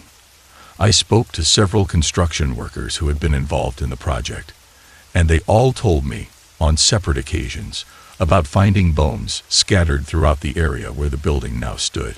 They also mentioned discovering pottery and other strange items during construction.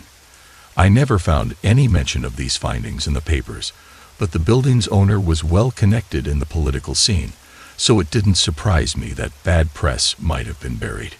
I was sitting in the front room, reading a book and listening to my portable CD player, when I suddenly heard the sound of one of the kitchen chairs being pulled out and hitting the washer. Thinking it was my mom, I got up and walked into the kitchen, but no one was there. The door was still bolted shut. I pushed the chair back in and returned to the front room, but not long after, I heard the same sound again, only this time, I heard a man cuss angrily. I immediately turned everything off, locked the front door, and left for my friend Melissa's house. When I arrived, she was already in bed, so I headed to the nursing home where my mom worked. I found her and explained what had happened. She asked to leave work early, and we went home. When we got back to the apartment, everything seemed normal. My mom made us some hamburgers, and we went to bed. The next morning, I was taking a shower when I heard footsteps coming up the stairs. I had forgotten to grab a towel, so I called out to my mom, asking if she could bring me one, but there was no answer. After getting dressed, I checked my mom's bedroom and my own, but neither she nor anyone else was there. Doubting it was my imagination, I thought back to some experiences I had as a kid. As I headed down the stairs, I felt a cold gust of air pass by me. Knowing there were no windows open, I panicked and ran downstairs. I asked my mom if she had been upstairs, but she said no. Then she mentioned she had felt the same cold breeze earlier that morning. Later that night, my sister Kay and her husband Wayne came to stay with us until they found a place of their own. While we were sitting around talking, I noticed my niece staring at the corner, saying hi and waving. The second time she did it, she was looking behind me. Thinking it might be their dog, I turned around, but nothing was there. My sister and brother-in-law assumed she was playing, but I had a strange feeling about it. That night, my sister and her family stayed in my bedroom. Wayne asked to use my radio, so I let him, and he tuned it to a classic rock station before going to bed. The next morning, Wayne told us that as he was drifting off to sleep, the radio suddenly changed to a jazz station by itself. He was so freaked out that he went downstairs and slept on the couch. A little later, my sister told us that my niece kept laughing throughout the night, as if something was making her laugh, but when she checked on her, my niece just smiled and went back to sleep. The next day, my mom ran into the apartment manager, who mentioned there was a place available for my sister and Wayne. They'd moved in that night. When Wayne went to get beer later that evening, he asked us if one of us had been in the apartment. We told him no. He explained that when he left, he saw the kitchen light flick on and off and a black shadow moving around. He assumed it was one of us, but we hadn't been there. That same night, their dog kept growling at the stairs. After a few minutes, he stopped, but something felt off. The next night, my mom and I were at our apartment when a storm hit, and the power went out. We lit candles and turned off the flashlights to save batteries. As we sat there, the air suddenly became thick with a violent, angry energy. We looked toward the bottom of the stairs and saw the black figure of a person.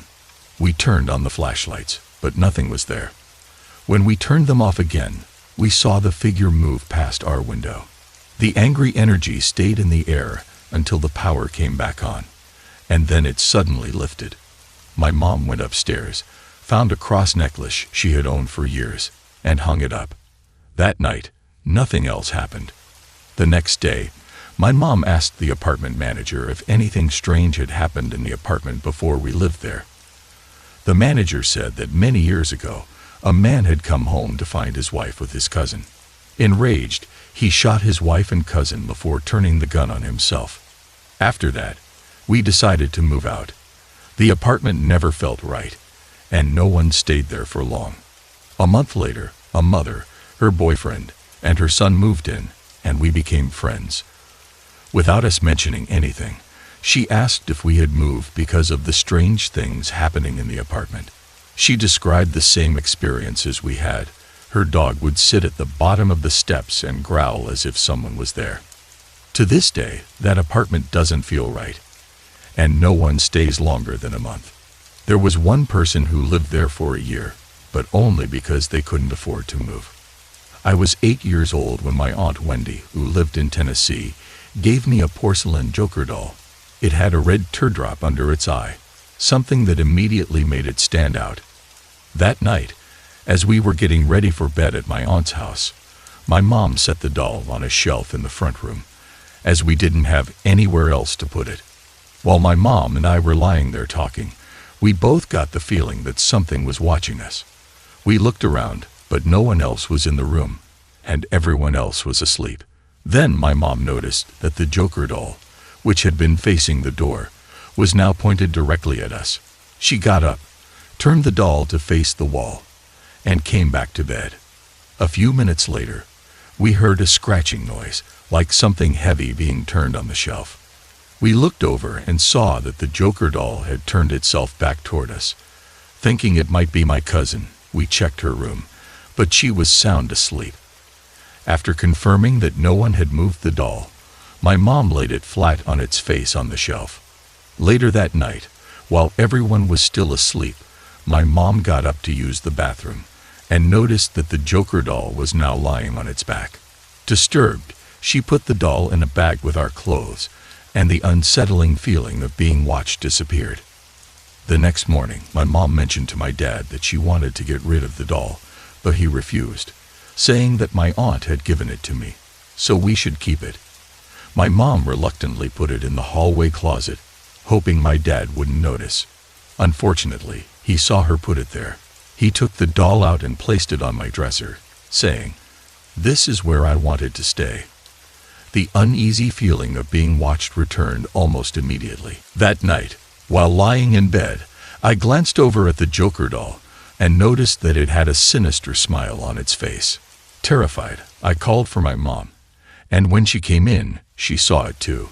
She put the doll in my dresser drawer. The next morning, we told my dad what had happened, but he didn't believe us and told us we were just making things up. Determined to get some answers, my mom called Aunt Wendy and asked if they had ever noticed anything strange with the doll. Aunt Wendy said yes, and that's why they had put it in the shed out back. However, when my dad confronted her about it later, Aunt Wendy denied everything, making us look like we were overreacting. That night, my mom put the doll back in the drawer, and we went to bed. The next morning, my dad came into the kitchen, holding the Joker doll, and told us once again that he wanted it to stay on my dresser. He didn't believe in ghost stories, and was adamant that we keep it there. I asked my mom to lie down with me that night, and we said a prayer together before falling asleep. The next morning, my dad came into the room, visibly shaken. He told my mom that during the night, he had gotten up to use the bathroom, and saw the Joker doll on my dresser. It had an evil smile on its face, and he heard it laugh. Now convinced that something was wrong, he took the doll outside and tried to burn it. Only the clothes burned, and the face turned black from the smoke. Frustrated, he hit it with a hammer, but only a small part of the face chipped. Spooked, he took the doll to the neighborhood dumpster and threw it away. We never saw it again, and the eerie feeling in my room finally disappeared. A week later, I became friends with a boy in my class. While visiting his house for dinner, I noticed a Joker doll on a shelf in their front room that looked eerily similar to mine. My mom asked to see it and noticed a mark where it was made, something my doll didn't have. Also, this one didn't have the red teardrop. Curious, my mom called Aunt Wendy to ask about the doll again. Aunt Wendy admitted that the teardrop on my doll didn't look like paint, it resembled blood. When my dad pressed her further, she finally revealed that they had also felt a strange, evil presence while the doll was in their house. The feeling only went away when they put it in the shed. I seriously thought I was just imagining things. After a few weeks of silence, I started believing that all the images, names, and noises I had experienced were just figments of my imagination. A week ago, while lying in bed, I thought, nothing has happened in almost a month. Maybe I made it all up. Maybe those noises were just the house settling. As I convinced myself it was all in my head, I suddenly heard the exact same noise I had heard in the beginning, coming from the same place as before. Immediately, I took back what I had been thinking. I didn't have the courage to ask for it to happen again, because I knew the consequences from the first time. That night, nothing more happened, but I had asked for that. Recently, I moved out of that house and into an RV in a different city. It's strange, but I don't feel like I'm being watched anymore. It's peaceful. I can fall asleep easily without hearing voices or feeling the strange sensations I had in my old house. It's as if I opened some kind of portal there. I'm confident that something still resides in that house, but now that I'm away, I feel completely different. My parents still live there, and I visit often, so I'll keep you updated if anything else happens. Surprisingly, I feel much safer in this RV than I ever did in that house. But that peace didn't last. A few days after I wrote this, something strange started happening. I was lying in bed, feeling comfortable and at ease, when suddenly I started hearing faint rock music. At first, I thought it might be my phone's ringtone, but it didn't sound like it. The music kept playing, faint but unmistakable. This was around 1 a.m., and my only neighbor in the RV park is usually asleep by 10. After a while, I heard a loud bang on the side of the RV. It wasn't the roof, so nothing could have fallen. The sound didn't make sense. After the bang, that old familiar feeling of not being alone crept over me. Then I heard a deep voice, much deeper than I've ever heard, repeating the name Homer over and over again. The voice continued for about 2 minutes straight. I tried to change the word in my head, thinking maybe I was mishearing it. But no matter how hard I tried, the voice kept saying Homer. The next day, I told my sponsor from Narcotics Anonymous about it, and he thought I was crazy. But later that night, he texted me saying that a man named Homer had attended our group meeting for the first time. He made sure the guy was okay, and Homer said everything was fine. I've never met anyone named Homer before, so it was an odd coincidence. A few days passed, and then one night I heard the rock music again. This time, it didn't sound like a song. It sounded like someone practicing on an electric guitar. It wasn't unsettling. In fact, it was somewhat comforting. As I listened, I felt pressure on my shoulders, as if someone was rubbing them. It wasn't like feeling fingers, more like a sensation of someone's presence. I asked, "Who's doing this?" And a girl's voice replied, "It's me, Rebecca." I asked for her last name, but I can't remember it now. It started with an S, something like Stowe or Stone. After she said her name, she disappeared without saying anything more. I didn't get a vision of her like I usually do, but I think she'll come back. I wouldn't mind if she did. Maybe she'll help relieve some of my stress from school, haha. The one spirit I wasn't afraid of, and who visited me before, was the little boy from my story, Strange Things Go Bump 2. I was lying in bed, like usual, when I heard a familiar voice. It was the same little boy. Out of nowhere, he said, "I know what they're looking for." I asked him what he meant, and he replied, "They are looking for space." When I asked what they needed space for, he said, "To grow." I was confused and asked who he was talking about. He told me, "The men beside me." It didn't make any sense at the time. I wasn't sure if it meant anything or if he was just talking in the way he had before, kind of like a child who doesn't fully understand what he's saying. He went quiet for a minute, and I assumed he had left. I decided to stop listening for him and try to sleep. But a few minutes later, he spoke again. "They aren't trying to get you." Hearing that, I almost broke down. I knew exactly what he was talking about. Then he added, "They just like looking out for you." At that moment, I wished so badly that the boy was real. I would have hugged him so tight. I'm 21 years old, and I don't get emotional easily, but those words meant everything to me. For so long, I had been living in fear of the things happening around me. But in that instant, a calm washed over me. It was like I was finally free of the fear that had haunted me for so long. This feeling reinforced my belief that these experiences were real. My mind, usually prone to making things worse, would have told me the opposite, that these were evil spirits out to harm me. But this little boy's words gave me peace and clarity. I knew then that I had to help him. I started guiding him, telling him to imagine a light turning on. "Picture a bright light in the distance," I said. "Go toward it. There are good people there, and they'll look out for you and keep you safe." He said he was trying, but he didn't see anything. I encouraged him to keep trying. A few minutes passed in silence, and then suddenly I heard him say, "I see it. I see it. There they are." The excitement in his voice was overwhelming. It was like a child who had just received everything they ever wanted for Christmas. I couldn't help but tear up again. I was so happy for him. Either I'm highly delusional, or I just witnessed something truly incredible. I know I couldn't make this up even if I tried. So I either need professional help, or this is real, paranormal. But if I'm not crazy, then helping this little boy was worth every moment. Even if I have to endure the scary parts, the joy I felt that night made it all worthwhile. I will miss that little boy. He was the only spirit I wasn't afraid of. I feel blessed to have seen something positive come from this situation. I hope I can help more spirits if this is real, and I believe that boy has helped me in so many ways. I know he's in a much happier place now, and even though it sounds cliché, he'll always have a place in my heart. That night meant everything to me, Most of all, it restored my sense of sanity and peace. Sloss Furnaces, located in Birmingham, AL, produced iron for nearly 90 years and is now a National Historic Landmark. It's an incredible place to visit, and I highly recommend anyone interested in history to take a tour.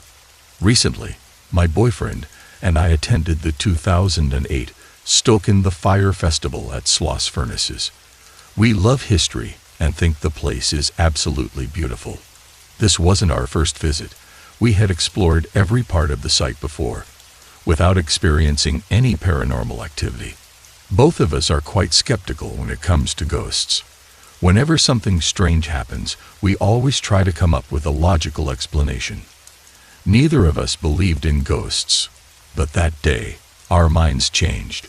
We were hanging out in the boiler room at dusk, just the two of us. We were sitting on the steps, talking, feeling calm and relaxed. My boyfriend got up and started walking to the left, asking me to come with him to look around.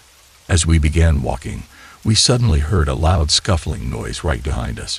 It was so loud that we both turned around at the same time. "Was that you?" he asked, and I told him no. We looked around the entire room, thinking someone was trying to scare us, but we were alone. There was no one else in the boiler room. Just then, his phone rang. It was his sister. She asked, "Why did you just call me? Are you okay?" Confused, he told her he hadn't called her. "Yes, you did," she insisted. "It sounded like the phone was really close to your mouth, and you were mumbling.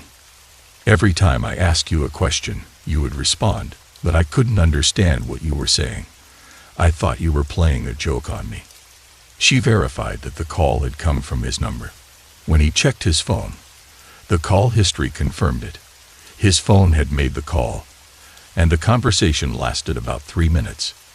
The strangest part, I had been with him the entire time, and his phone had stayed in his pocket. He hadn't touched it. On top of that, his sister had just activated her new phone that day, and my boyfriend didn't even have her number saved yet. If he had called her, he would have needed to dial her entire number, but he didn't even know it. These two strange incidents, the noise in the boiler room and the unexplained phone call, happened at the exact same time. To this day, we haven't been able to come up with an explanation for either of them. On July 26, 2008, I lost my daddy unexpectedly. He was only 75 and passed away in his sleep. The funeral was held on August 1st in Texas, where he lived.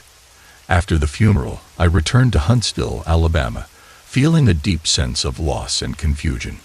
I couldn't shake the questions I had about his death, especially since no autopsy was done. The coroner's report was based solely on what my mother told detectives. The more I probed into the circumstances, the more unsettling my visions became. On the evening of August 3rd, still devastated by my daddy's death, I sat alone on my front porch. My husband and I had built our house on 3 acres over a year ago, and up until my daddy's passing, I had never experienced anything paranormal there. While I was sitting and crying, I decided to call my brother in Florida. As I was talking to him, I suddenly saw a black figure, shaped like a person, appear by the entrance to our property, about 500 feet away. The figure disappeared within seconds, leaving me with an eerie feeling. Then, a second black figure appeared, but this one was shorter than the first. I felt scared, so after I hung up with my brother, I went inside and told my husband what I had seen. He believed me and said it was likely that I had seen ghosts, but I tried to shake it off. A few days later, I was in the kitchen making dinner.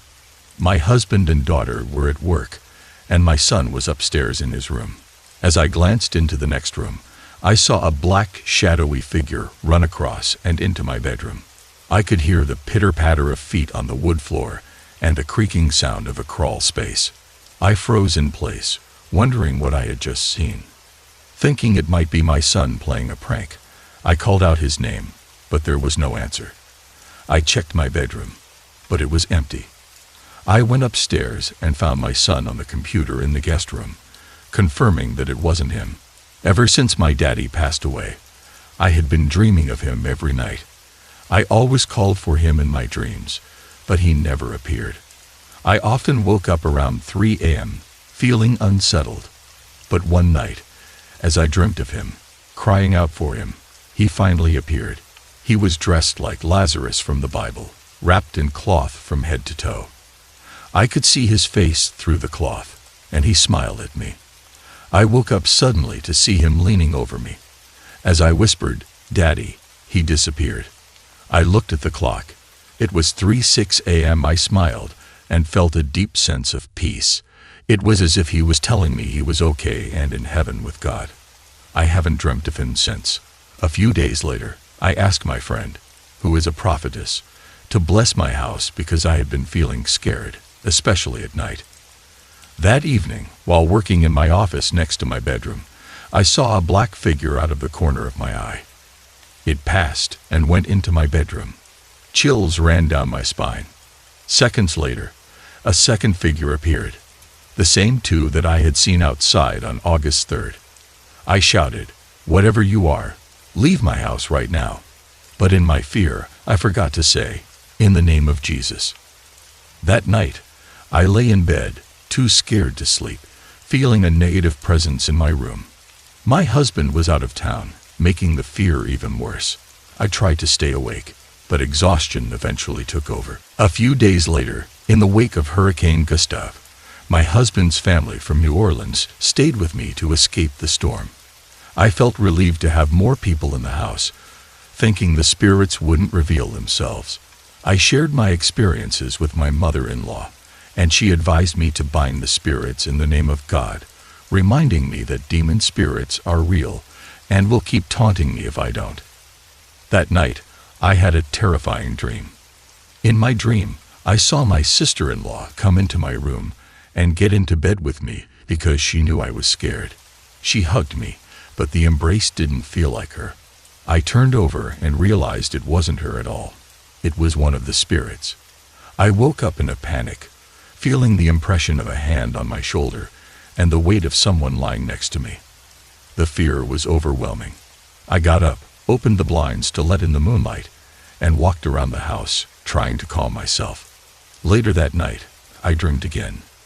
In this dream, a spirit was standing beside my bed, laughing, while another spirit sat on my chest, holding my mouth so I couldn't scream or breathe. A third spirit leaned over me. I could feel the pressure of hands on my mouth and the weight on my chest as I fought to wake up. When I finally woke, the impressions of hands on my mouth and the weight on my mattress were still there. I looked at the clock. It was just after 3 a.m. I cried out to Jesus, commanding the spirits to leave my house. I stayed awake until sunrise, too terrified to sleep. I haven't seen any spirits since that night, but sometimes I still feel a presence, and I get an eerie feeling. Whenever I do, I bind it in the name of Jesus, and it seems to go away. I'm not sure why these spirits taunted me for over a month, but I'm just thankful that when I call on Jesus, they leave. Some people call it sleep paralysis, but I believe it was spiritual warfare. A friend once mentioned something called a hag riding my back, and maybe these spirits are angry because they don't want to leave my house after it was blessed. Or perhaps they are trying to stop me from probing into the truth behind my daddy's death. I don't know the answer, but I'm just glad I can find peace in calling on Jesus. I believe that I am some sort of antenna. Ever since childhood, I've had this sense, a feeling that I could tell when someone or something was there, even when I couldn't see them. I'm in my mid-30s now, a reasonably intelligent guy with no strict ties to any particular religion. I grew up in a Christian home and still live by many of the values I was taught, but when it comes to the supernatural, I've always been someone who needs to see or feel to believe. When I moved into my current home, everything seemed perfectly normal at first. There's a cemetery right behind my backyard, but I knew that before I bought the place, and it didn't bother me. I've lived near cemeteries before, but not long after settling in, it started again. These occurrences, let's call them happenings, are something I've dealt with throughout my life. Here's one of them. One night, I was lying on the couch about an hour into sleep when I felt it. I just knew something was there. I felt this presence before, and like many times in the past, I pretended to ignore it. Sometimes I'll roll over to face it. Eyes closed, of course, because turning away seems to provoke them even more. All I would need to do is open my eyes. But that's always easier said than done. There's a feeling that one day, if I do, I might actually see the apparition. Sometimes I can sense whether it's male or female, but this time, I couldn't tell. I lay there, feeling it get closer. There were no footsteps, no sounds, just the unmistakable feeling of something approaching. It came so close that if it had hair, it would have been brushing against mine. I felt it hover near my ear, as though trying to make me jump. The sensation was overwhelming. This was the most aggressive, persistent presence I've ever encountered. It wanted me to look, but I refused. Then it made a sound, so faint, yet it vibrated through my ear as it breathed. I couldn't make out the sound, but it repeated 3 times, quickly. Beady beady beady. Peety peety peety. I'm not sure. That was my breaking point. I sat up slowly, trying to act like I was just startled awake. Keeping my head turned away, I'd brushed my hair back, rubbed my eyes. Anything to give it time to disappear.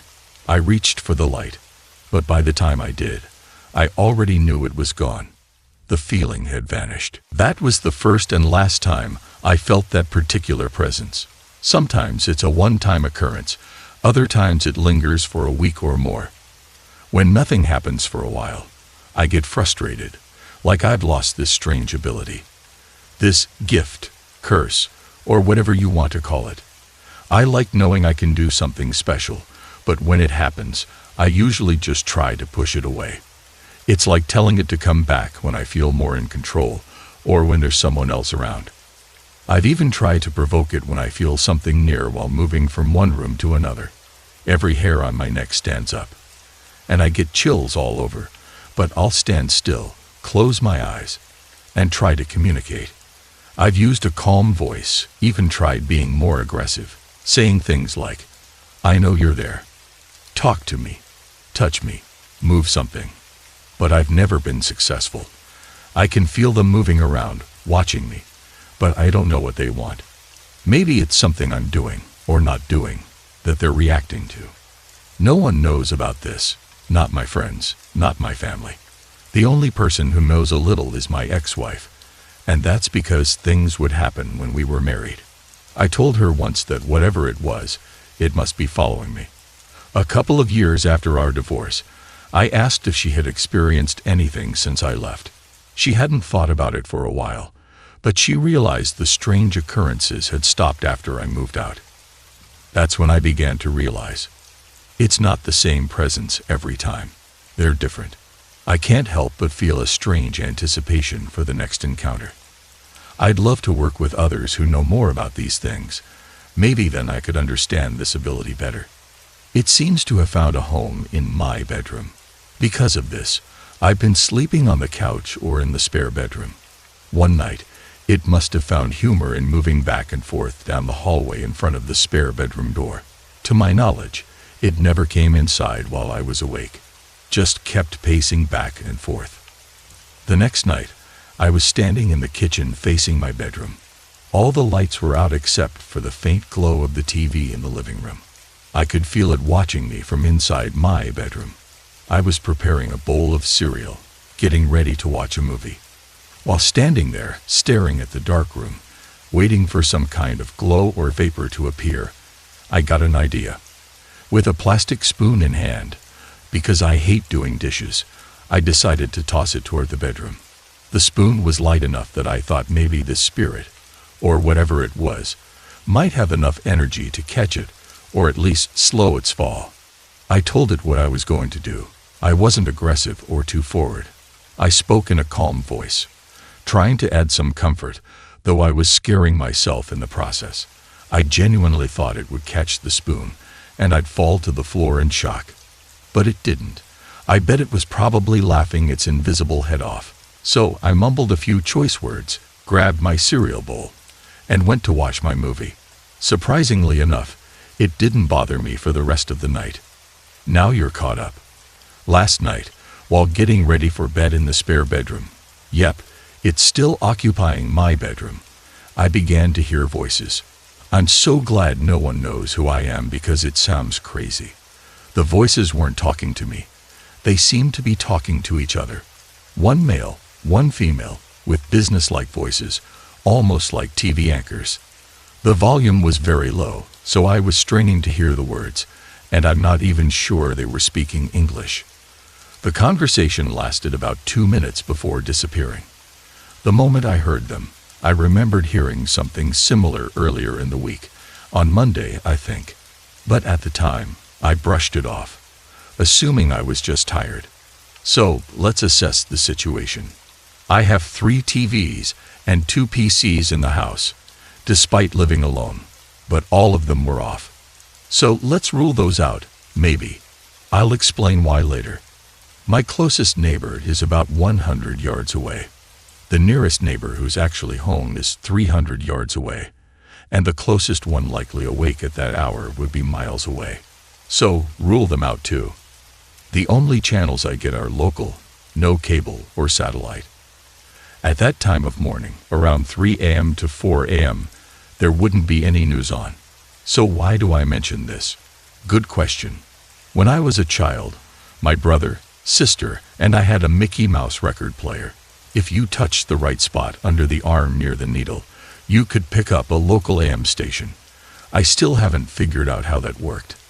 My point is, just because the TVs and PCs were off doesn't mean they couldn't still be picking something up. Power is still flowing to them. After all, I know I'm reaching, but I try to find the most reasonable explanation first. I haven't asked it, or them, to leave. As long as things stay as they've been over the past few days, I don't mind them being here. With the exception of Saturday, it's almost like having a new cat around. It lets you know it's there but won't come out to play just yet. It's been several months since anything like this has happened, so part of me wants it to stick around for a while longer. But I sure would like to figure out how to communicate with it. Any ideas would be welcome because I'd really like my bedroom back. It was mid-November of last year when our lead investigator in training, Josh, called me. He told me about a place we could check out, a house his grandfather owned, which they called the Hell House. Josh said it wasn't just a regular haunting, it was something darker, something demonic. His grandfather had witnessed eerie occurrences, like seeing people in the house disappear, including his recently deceased wife, who he saw with another man. Objects moved in other rooms, shadows darted through doorways, and once, a cup of coffee on the table started boiling on its own. We got permission to stay the night at the house. There was no power since Josh's grandfather refused to live there anymore, so we had nothing but flashlights. We arrived around 11:30 p.m., and Josh's grandfather had warned us that nothing would happen until 1 o'clock a.m. He wasn't kidding. We passed the time messing around until it got close to 1 o'clock a.m., when things started to get strange. We noticed our breath becoming visible as the temperature dropped. Josh set up in a back room with his laptop, while Sean and I explored the house. It was a fairly large house, and as Sean and I wandered through one end, we suddenly heard Josh yelling, asking what we were doing. We called back, telling him we were just looking around. Josh then shouted for us to get over there. When we did, he told us he had heard knocking on the wall in a room next to him, and thought it was one of us. Excited by the prospect of activity, we decided to investigate. We gathered in the living room, with Sean and Josh sitting on the couch, and I sat in Josh's grandfather's recliner on the opposite side of the room. The lights were out, so I started taking pictures with my digital camera, snapping shots behind me and down the hallway. Then Josh told me to take a picture of him and Sean because he felt something near him. I pointed the camera at them, and while framing the shot, I noticed 2 red lights above Josh's head, like eyes staring down from the top of the couch. I told Josh and Sean what I was seeing, and Josh yelled for me to take the picture. Just as I pressed the button, my camera died. Quickly, I replaced the batteries and looked through the camera again. This time, there weren't just 2 red dots, there were several. I snapped the picture fast. Everything went dark after the flash. That was bright, wasn't it, Josh? Scene asked. There was no reply. I turned on my flashlight and pointed it at Josh. He had his hood pulled down over his face, breathing heavily. Concerned, I rushed over. Josh, what are you doing, man? I asked, my voice shaky. He was breathing strangely now, and I knew something wasn't right. What do we do? Scene asked, panicked. I figured the only thing we could do was pray. I was sure Josh was being possessed. Pray, I shouted as I slammed my hand onto his forehead. Scene joined in, and we both started praying for him. But as I prayed, I suddenly felt an overwhelming sensation, like a million needles pressing into my head. I kept praying as long as I could stand it, but eventually, I had to let go. I've got to get out of here, I yelled, grabbing my head. I remember pacing back and forth, the pain in my head unbearable. What's wrong? Scene asked, still praying with his hand on Josh's head. My head, I responded, running for the door and flinging it open. I vaguely recall saying something about getting Josh's grandfather, but everything after that is a blur. Here's where it gets weird. I remember stepping onto the porch, but then I heard Josh say, "It's okay, come here." Without thinking, I turned around and walked back inside. Later, when we discussed the event, Scene gave me a grim look. He told me that I had been pacing back and forth on the porch for a good 5 minutes. I only remember walking out and then immediately coming back in. We gave Josh some water and asked him what had happened. He told us that when I took the picture, he closed his eyes to avoid the flash, but when he tried to open them, he couldn't. Then, he said he saw his deceased grandmother standing in front of him. She told him, "Josh, honey, you kids need to leave." But as I approached him, the voice became deeper, more demanding. "Leave now," it yelled. Afterward, I reviewed the photo. When I zoomed in, I noticed a distinct orb right next to Josh, exactly where I had stood when I started praying for him. It was unlike any orb I'd ever seen. I believe this thing was trying to possess Josh, and when I stepped in to pray, it began affecting me too, which is likely why I felt the sensation of needles in my head. Strangely, Scene didn't feel anything. Later, we realized why. My sister had given us cross necklaces before we left, and Scene had been holding both during the entire event. Before we left, we walked through the house one last time, saying prayers over each room. As we prayed, we could feel the coldness retreating. After that, we packed up and left for the night. Neither Josh nor I felt comfortable staying any longer after what had happened, though we do hope to return one day. When I was younger, I always did my best to avoid ghosts, mostly because watching Scooby-Doo as a kid made me afraid of them. I grew up in Green Pond, a small town surrounded by other tiny towns, and within a 5-mile radius of where I lived, there were at least 3 haunted houses that are now torn down. What I know about them is secondhand since I tried to avoid anything to do with ghosts. The first house was just down the road, and no one had lived there for as long as I could remember. According to the story, a man was shot in that house, and bloodstains would reappear on the floor no matter how many times they were cleaned. The second house, a green one in Woodstock, was a few miles away. A pregnant and depressed woman had taken her own life there, and she was said to be the one haunting it. The third was a pink house in Gray Hill, about 5 miles away. When I first heard it was haunted, it was still occupied, but it didn't stay that way for long. It sat vacant, deteriorating over the next 12 to 15 years before it was finally torn down. There's also a subdivision where some of the houses were built over Indian burial grounds, and a few of those homes were said to be haunted, including one my second wife used to live in. You can do everything possible to avoid ghosts, but sometimes life catches you off guard. After my first wife passed away, I started visiting her grave at a country cemetery. The nearest house was a quarter-mile away, with just one streetlight. I'd visit around 9 o'clock p.m., and though I always felt uneasy, I never let it get to me. I stood my ground in the name of Jesus, telling whatever might be there that I had every right to be there, and I wasn't going anywhere. I only got spooked once when I thought I heard chains rattling, but it turned out to be the rope on the flagpole hitting the side. Then one night, I woke up to someone yanking on my arm, as if they were trying to pull me out of bed. I yanked back and said loudly, "Well, just pull me off the bed then." Immediately, it let go, and I didn't have any more problems, at least until I married my second wife. My second wife's house was haunted, and I think she brought some of those spirits with her when we got together. Especially one spirit that took my form and tried to seduce her. It even took her form once and walked past the bedroom door. Thankfully, it only tried to seduce her once. She told me it was like God rebuked the spirit through her voice. She thought it was me until God spoke through her. The spirit's head scrambled, and it angrily said, "If that's the way it's going to be, just forget it." And then it disappeared. Later, she told me it didn't blur. It scrambled, like its form was breaking apart. Years later, she thought the same spirit tried to choke her, but after she prayed, it let go. After that, the encounters stopped for a while. But I believe I brought something back from the cemetery when my wife and I were separated. Lonely and angry, I visited my first wife's grave and said, "Why don't you just come home with me?" I didn't realize it then, but something must have followed me.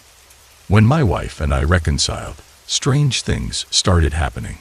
She'd hear footsteps banging on the walls, and her bed would get kicked every morning. She'd even hear someone say hi in a female voice, and sometimes she'd hear my voice calling her when I hadn't spoken at all. I got furious when I realized these things were messing with her, because when they bothered her, they were messing with me. I tried to confront them, calling them out and demanding they show themselves to me. I'd tell them to say whatever they had to say to me directly.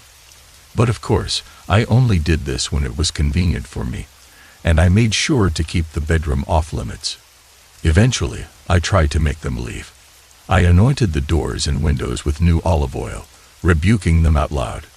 I even opened my car door, invited them to get in, and drove to the cemetery to let them out, telling them they didn't belong in my home. Things have quieted down since then, though I still feel like something is watching me from time to time. My wife remains scared because of everything that's happened. I tried to get her to stay and face her fears, even getting her to listen to me talking on the CB radio while I worked night shifts so she could talk back. But in the end, she would rather sleep at my parents' house, just 50 yards away. Nowadays, it seems like the spirits mess with other people who come over when we're not home. For instance, we let a homeless man stay the night, but he didn't sleep a wink until we returned the next morning, and he refused to spend another night there. My wife's cousin and his wife also heard lots of activity, running, doors slamming, and his wife even got pushed when they were leaving. I guess next time I give someone permission to come into the house, I should say it inside so the ghosts can hear it too. I feel sorry for anyone who tries to break into our place. They'll probably get a surprise. If I could capture it on video, I bet it would be entertaining. Still, I don't fully trust these spirits. God bless.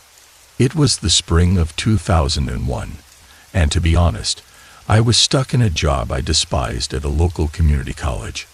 My immediate supervisor was a spiteful, red-faced man who constantly watched my every move, fabricating myths about my conduct just for the sake of it.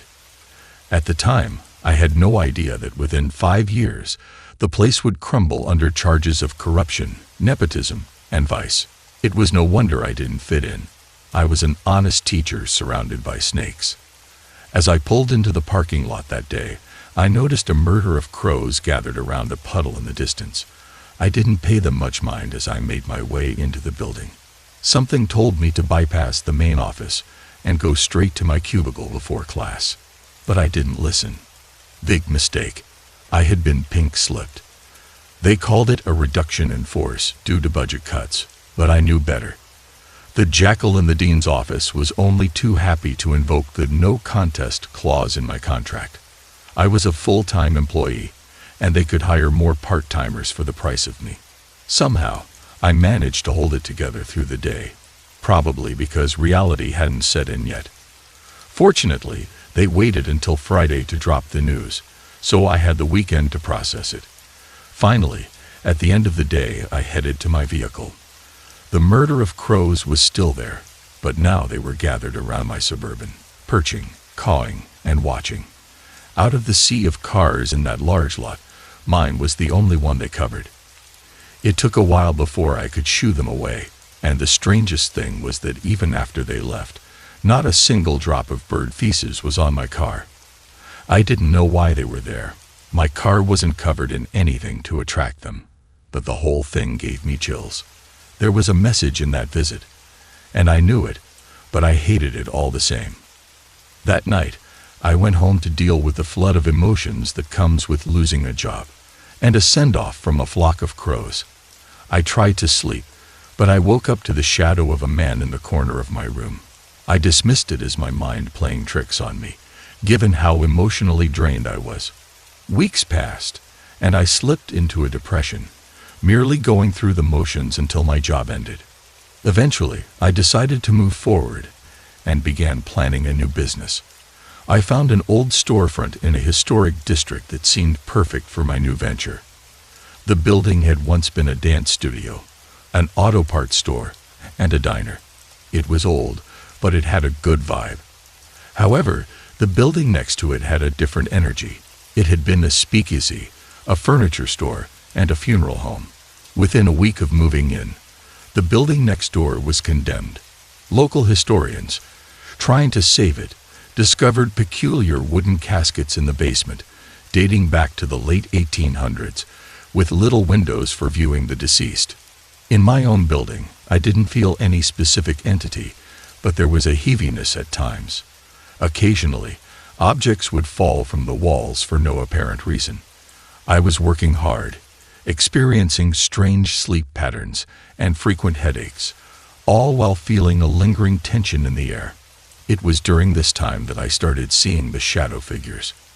At first, it was just a head and torso that appeared in the corners, or seemed to hop down the hallway toward my bedroom.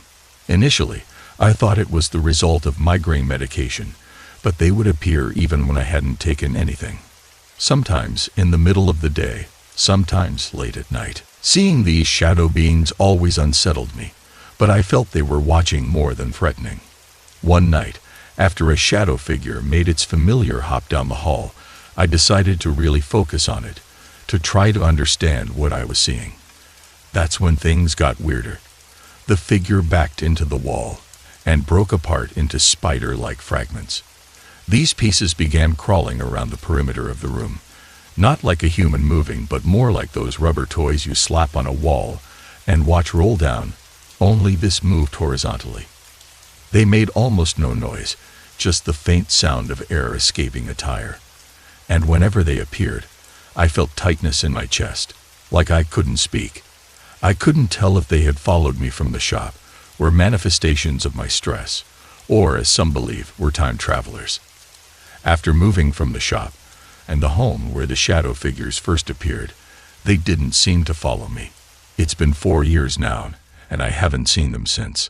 Still, there's a sinking feeling that creeps over me when I see a murder of crows or walk into a dark room, as if I'm half expecting them to return. My brothers and I were always repelled from our parents' room, which was at the end of the hallway. It felt darker and more closed off than the rest of the house, as though something about it was different. We'd often run from it after shutting the door, the hair on the back of our necks standing up. Devin, the oldest of the two, always denied feeling scared of Mom and Dad's room, but one day he couldn't deny it any longer. It was a sunny day, and Devin, Cameron, and I were playing in the hallway. I was about 14, Devin was 7, and Cameron was 6. The windows were open, letting sunlight stream in, and ghosts were the furthest thing from our minds. My parents' bedroom door was slightly open, with sunlight spilling through one of the windows onto the floor. Both of my parents were at work, so we had free rein to do whatever we pleased. Devin had just asked me a question. About what? I can't remember now, when a deep man's voice came from my parents' room, saying a single word. In that instant, I knew what the voice had said, and goosebumps erupted all over my body. I quickly glanced at my brothers, who had stopped in mid-movement, their eyes wide with fear.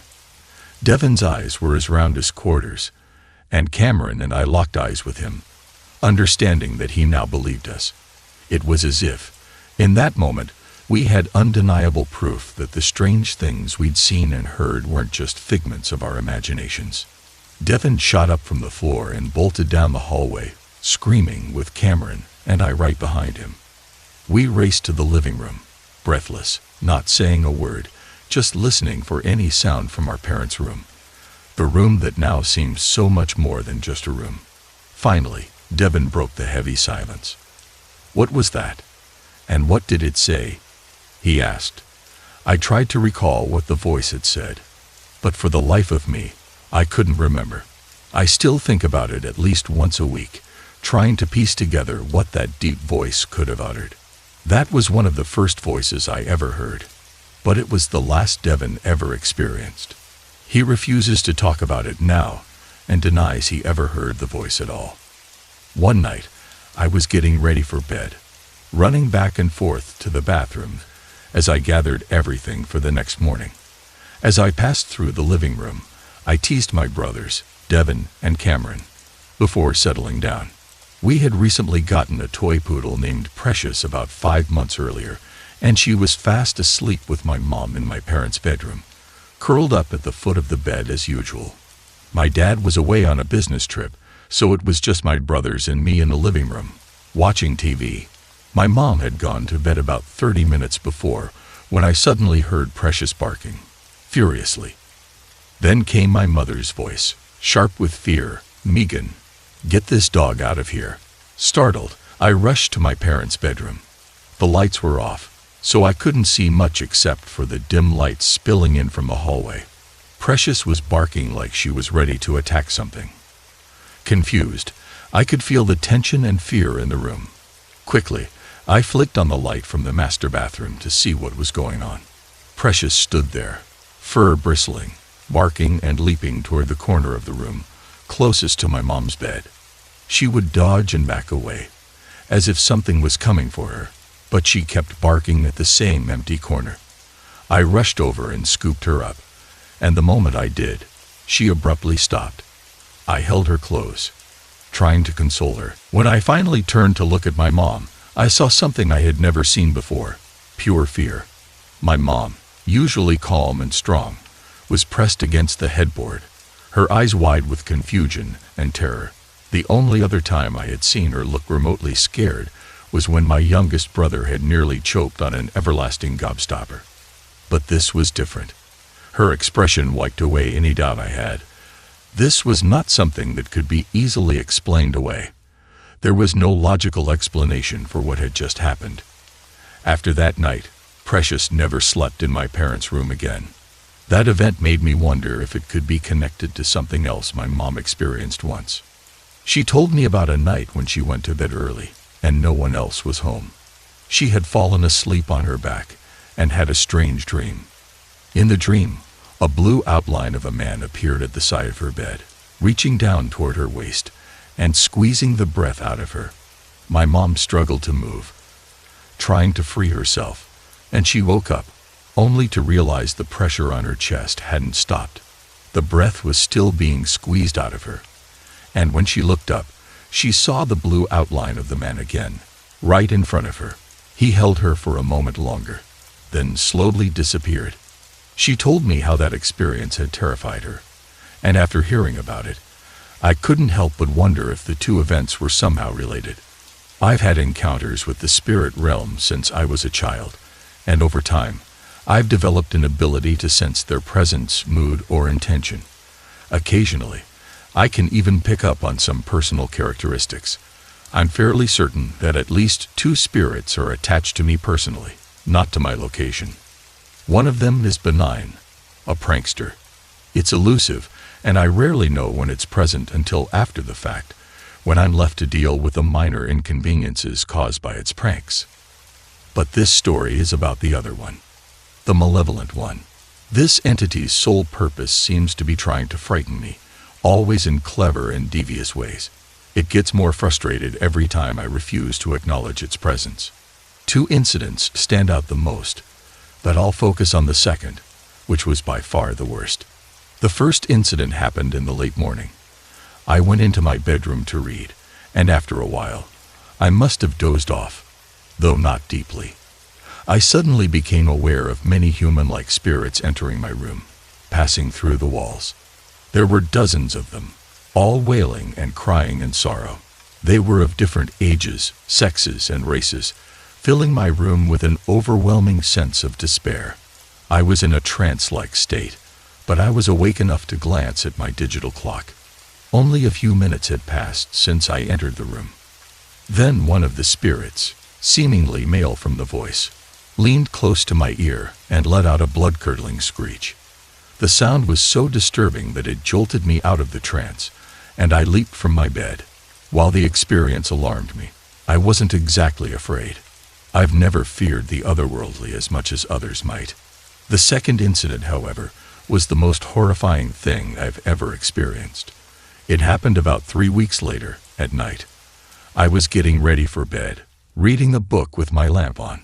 Suddenly, I felt something run across the end of my bed. It had the weight of a medium-sized dog, but the quickness of a cat. I caught a glimpse of the creature, completely black and formless, as it darted across the bed. I immediately assumed my black cat had somehow sneaked into my room, despite the fact that I always kept the door shut to keep my cats out. I got up to check, only to find both of my cats peacefully napping on the couch in the living room. That's when I started feeling uneasy.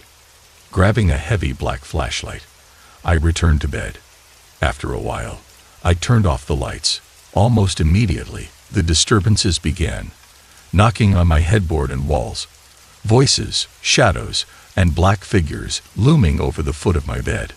My bed even shook, but I refused to give in to fear. Drawing on my previous experiences, I remained calm and decided not to leave the room or show any signs of fear. Every time the disturbances started, I shined my flashlight in the direction of the noise and forced myself to think positive thoughts. This went on all night. I got very little sleep until finally, at dawn, the disturbances ceased. It just so happened to be Christmas Eve, and with my car in the shop, most of my neighbors were away for the holidays. I was completely alone in the apartment complex. Around 7 a.m., I heard knocking at my front door. Still exhausted from the night before, I decided to ignore it, thinking it was probably someone looking for a neighbor's apartment. But the knocking came again, waking me up completely this time. I sat up, feeling grumpy. Suddenly, I heard a loud crashing sound followed by heavy footsteps pounding through my living room and into the hallway. Terror surged through me as I reached for my phone. Then, something slammed against my bedroom door, which I hadn't locked. Angry fists pounded on the door, making it and the dresser next to it shake. A furious man's voice shouted, "Open the damn door." At that moment, I was convinced someone had broken in. I was certain I was seconds away from being attacked, and I'd never felt such pure, paralyzing fear. I couldn't move. My heart pounded in my chest as I clutched my phone and flashlight. I wanted to call 911, but I was terrified the sound would give me away. I considered crawling under the bed, but I couldn't make my body move. Then, just as suddenly as it started, the pounding stopped. Silence. I lay there motionless for what felt like 15 minutes before realizing the house was completely still. Gathering every ounce of courage I had, I peered at the crack under the door. No shadows, no movement. Finally, I made up my mind. I flung the door open with all my weight, hoping to knock back anyone standing outside. I tumbled into the hallway, hitting my head on the wall. Scrambling to my feet, I rushed through the house, checking every room, the bathroom, behind the shower curtain, the living room. But everything was in place. The front door was dead bolted. No one had been in my home. I collapsed onto the couch, sobbing. It took me hours to calm down. I was too terrified to even go back into my bedroom to grab sweatpants. It became clear to me that whatever malevolent entity had been tormenting me was furious that I hadn't been afraid the night before. It had figured out my one true fear, the very real threat of human violence. And it had exploited it perfectly. I didn't step foot in my bedroom for over a month. And even now, 6 months later, I still sleep on the couch. Everyone I've told insists it was just a nightmare, but I'm not so sure. I still struggle to cope with the experience, and I can't shake the fear of what it might do next. If it could tap into my most genuine fears so perfectly, what might happen if it tries again? I spent a lot of time with my grandmother over the years. My parents and I would go home as often as we could, and her house sat up on a hill by itself, looking a little spooky, especially at night. When I was younger, I'd spend my summers with her, and I'd often hear strange noises in the middle of the night, though I always chalked it up to my imagination. I would hear footsteps walking down the hall and whispers, like someone was talking about something I wasn't supposed to hear. I assumed it was just my grandma and grandpa talking in bed since my room was right across the hall from theirs. The thing that scared me the most happened one night when I was lying awake, unable to sleep. I heard what sounded like someone moving things around on the kitchen counters. My heart pounded as I got up and quickly locked my bedroom door. I never mentioned it to my grandma. I figured she'd think it was just my mind playing tricks on me. One time, during a 4-day weekend, my parents and I drove up to my grandma's house. I was 16 at the time and really didn't want to go. I wanted to stay home and hang out with my boyfriend. Later that night, the phone rang and I rushed to answer it, hoping it was him. My grandma didn't have caller ID, so I had no idea who it could be. I picked up the receiver and said hello, but there was no answer. I said hello again, and this time I heard static, like the sound your TV makes when there's no reception. After a few more tries, I hung up, figuring it was a bad connection. If it was important, they would call back. I went to take a shower, hoping my boyfriend would call soon. As I was getting dressed, the phone rang again, so I ran to my room to answer it, thinking it had to be him this time. I picked up and said hello, but once again, all I heard was static, only louder this time. I listened for a minute, still thinking it was a bad connection. But then the static stopped, and I heard the dial tone. Someone had hung up. I hung up the phone and went to the living room to tell my dad, thinking someone might be prank calling us. There wasn't much we could do, as we didn't have caller ID, but my dad said he'd answer the phone from then on. Eventually, my boyfriend called, and I pushed the strange phone calls out of my mind. The weekend passed quickly, and soon we were getting ready to head back to Florida. I remember pulling my suitcase into the living room after getting dressed, waiting for breakfast to be finished. We were expecting my aunt and cousins to come over before we left, so when the doorbell rang, my mom assumed it was them. She opened the door, but no one was there. She told me to check the laundry room door to see if they were at that entrance, but when I opened it, no one was there either. I walked back into the living room, confused, and my mom gave me a strange look. My dad went outside to check if anyone was around, but he didn't find anyone either. I pulled my mom aside and told her about the phone calls from a few nights ago, and now the doorbell ringing when no one was there. It felt odd. She seemed concerned, thinking maybe someone was trying to see who was home so they could break in. There had been a few attempts over the years. My grandpa and my dad both checked the doorbell to see if it had a short, but they couldn't find anything wrong. In fact, the doorbell never malfunctioned for the rest of the time my grandma lived there. If it had just been the phone calls, I wouldn't have thought much of it. But when you add the doorbell ringing for no reason, it just didn't make sense. There were other strange occurrences over the years, things I had tucked away in the back of my mind. It wasn't until I had a more direct encounter, years later, that I began to realize something had been happening around me for far longer than I had understood. Recently, I've been experiencing an increase in paranormal activity, and it has made me rethink one of my previous encounters. I published a story about this experience, which Abby called Amy and Her Dolls. When I was younger, I believed that Amy had been introduced to me through a set of dolls I received from her grandma. At the time, I thought that when I moved away, Amy became malicious because she was no longer near her grandma. But recent events have made me question whether Amy was really the malevolent spirit at all. I moved to Montgomery, Alabama, at the beginning of August into a brand new apartment complex. I'm the first person to live in this apartment, but the activity I've encountered here makes me think a spirit may have followed me from Iowa. The first strange event involved my puppy. He has a habit of sitting at people's feet with his toy ball, squeaking it until someone throws it for him. If you ignore him, he'll paw at your leg until you pay attention. But starting in the middle of September, he began doing this in the middle of the living room, facing absolutely nothing. He'd even whine and paw at the air, as if someone were there. At night, my puppy sleeps in his kennel, and I always put his toys away on the kitchen counter. There's no way he could knock them down, but in the mornings, I started finding most of his toys pushed under the couch, with no explanation. The layout of my kitchen and living room makes it impossible for the toys to have simply fallen off the counter and rolled under the couch. It was clear that someone, or something, had physically placed them there. Just last week, I began having a recurring dream. I was back in my house in Iowa, 6 years old, trying to hide from a monster. Each time, right when the monster was about to find me, I'd wake up to the sound of someone whispering my name. At first, I thought it was my boyfriend trying to wake me from the nightmare, but he said he hadn't said my name. In fact, he even mentioned that he thought he'd heard someone whisper my name the other night, shortly before I came out of the bedroom.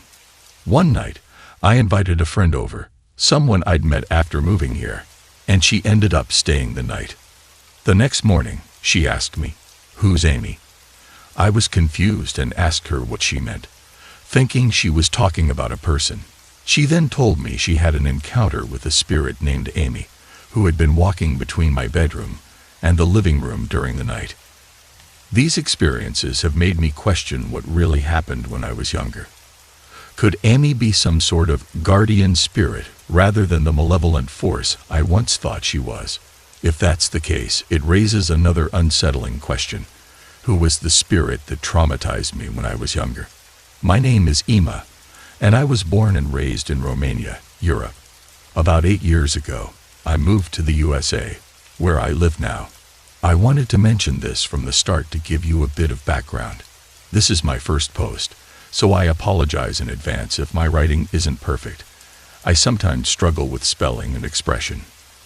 But I've been reading stories on this website for a while, and I've decided it's time for me to share mine. This experience took place a few years ago, during a visit back to Romania. At the time, I was around 22 years old, and I considered myself a skeptic. In fact, I had always been a skeptic, even when I saw furniture move in front of me at age 12. But that's a story for another time. What I want to share now happened during that visit. I was staying at my aunt's house and decided to go to the supermarket nearby to pick up some snacks and sweets. It was a lovely spring day. The sky was clear, and the sun was shining. The supermarket was just a short walk away, around 500 meters, so I went on foot. I grabbed the items I needed and stood in line at the cashier. In front of me were two people, the last of them being an older woman. She was wearing a hat and an old-fashioned jacket, the type you might associate with someone from a different era. I wasn't paying much attention at first, as I tend to be a little dreamy and distracted at times.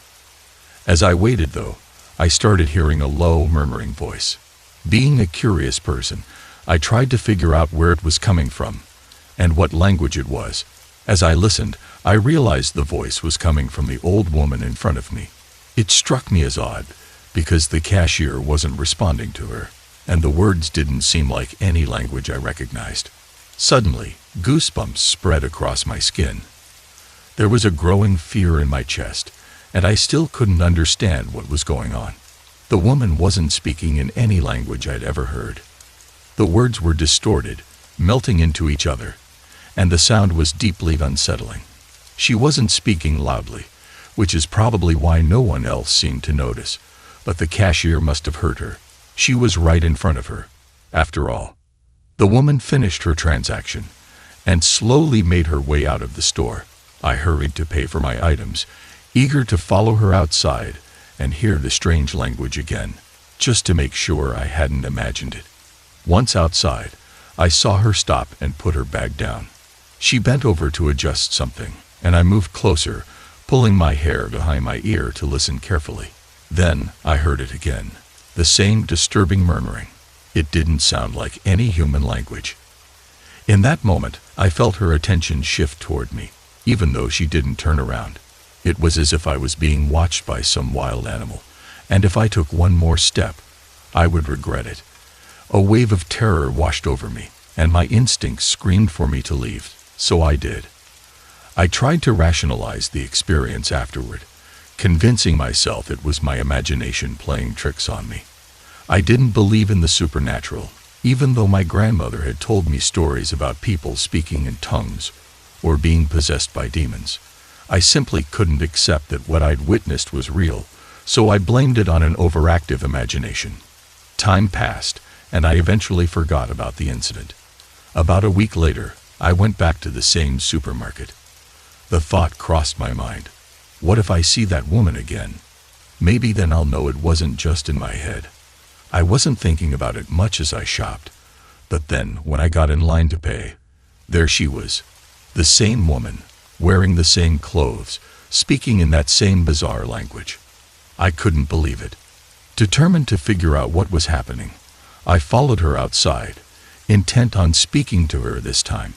Maybe she was sick, and I had been judgmental, but as I got closer, she started murmuring in that strange language again. The words still melted into each other, with no clear diction or accent, and once again, I felt as though something was ready to pounce on me if I got too close. The fear hit me like a wave, and I quickly backed off, returning home as fast as I could.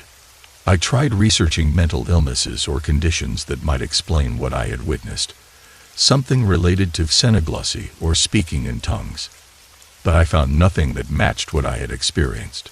To this day, I don't know what that was. I still try to piece together the puzzle, but even now, science hasn't given me any answers. The woman didn't seem intoxicated or ill, and I wasn't imagining things. I don't drink or use drugs. Does anyone have any thoughts on what this could have been?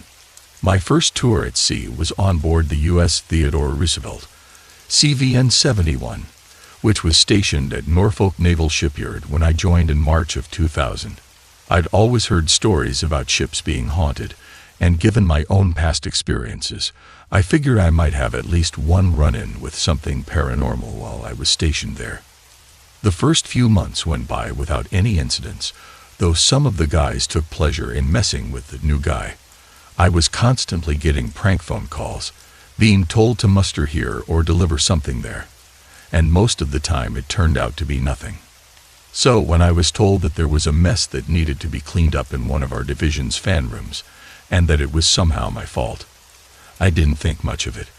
I just grabbed the usual cleaning gear and made my way to the space, grumbling as usual. When I got there, the lights were out.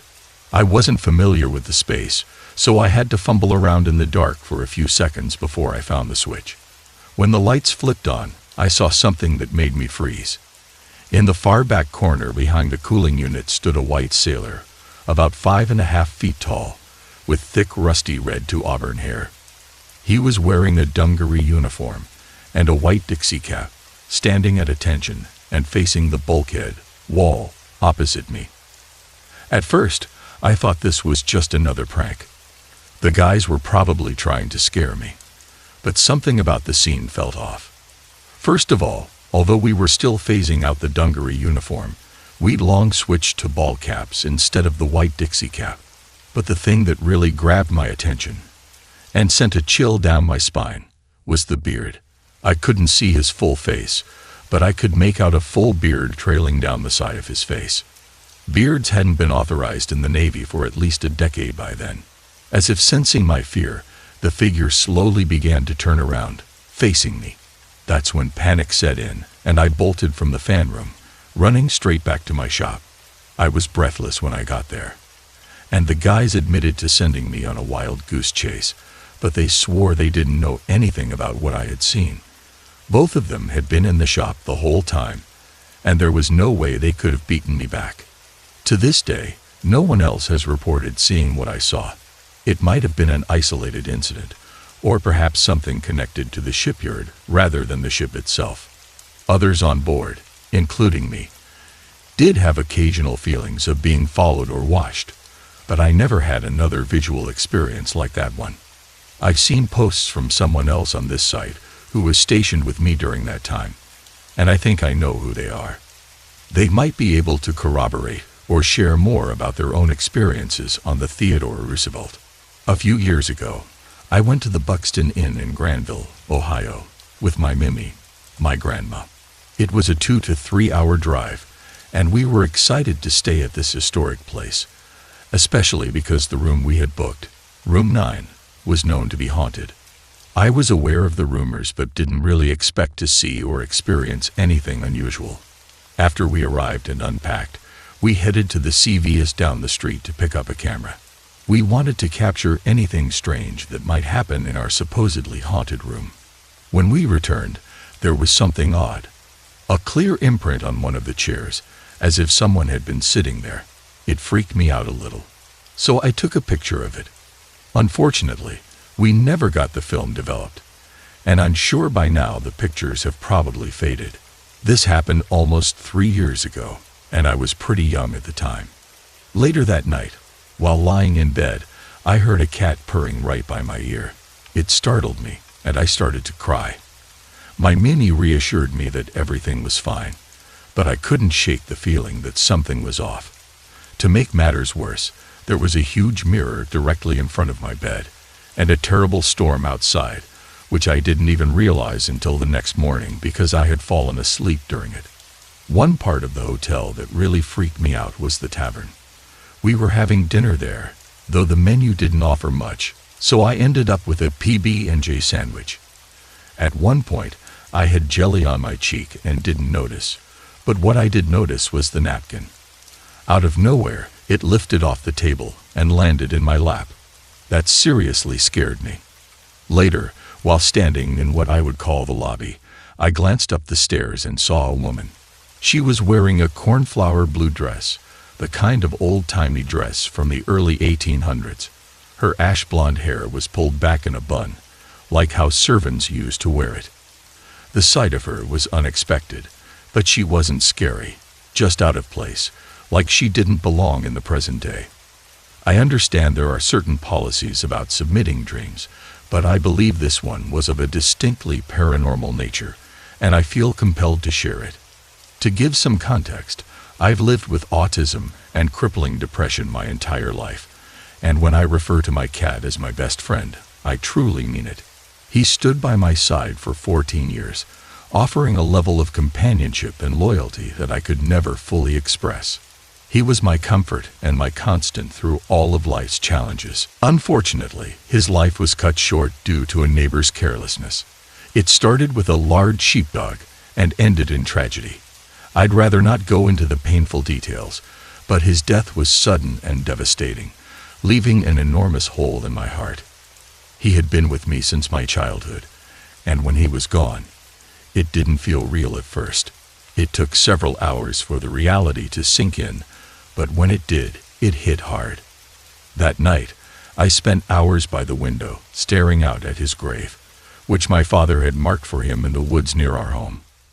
I must have fallen asleep around 3:00 a.m., and what happened next is something I'll never forget. Unlike a typical dream, this experience has stayed with me for 3 years now, just as vivid and clear as if it had actually happened. In the dream, I was outside, and it was a beautiful sunny day. Suddenly, Bailey, my cat, came running up to me like he always did, demanding a belly rub. I gladly obliged, and for what seemed like an hour or more, we spent time together, just like the old days. He sat in my lap as I soaked up the sun on the steps of our old house. Everything felt so real, so peaceful, as if nothing had changed. Then suddenly, Bailey hopped off my lap and started walking away. I tried to follow him, but I couldn't catch up. He turned to look at me one last time before retreating into a small foxhole beneath the porch. And that was it. That was the last time I ever saw him. He hasn't appeared in my dreams since, nor have I experienced anything else unusual.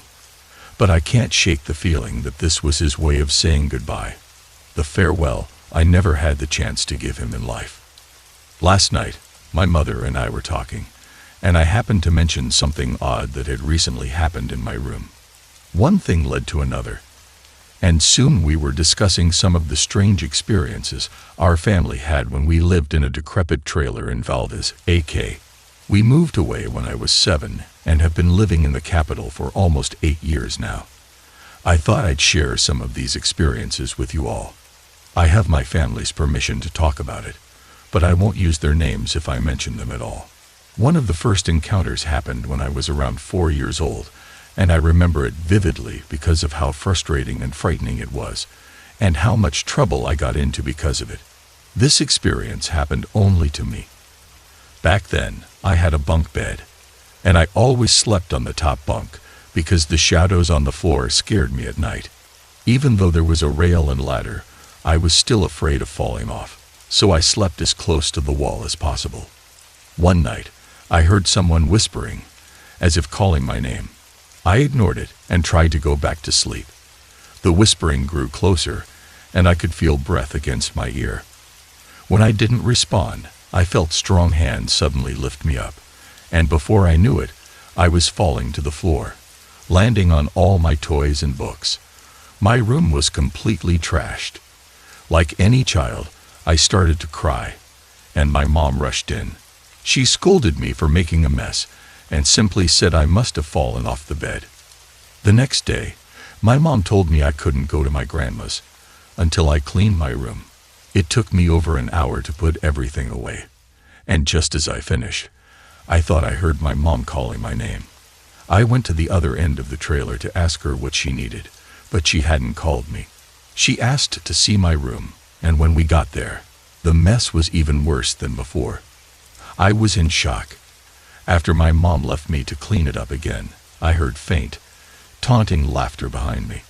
I remember saying, "That's not funny. Stop it right now." I cleaned the room again, and thankfully, it stayed clean after that. Fast forward a year or so, my mom had a chilling experience.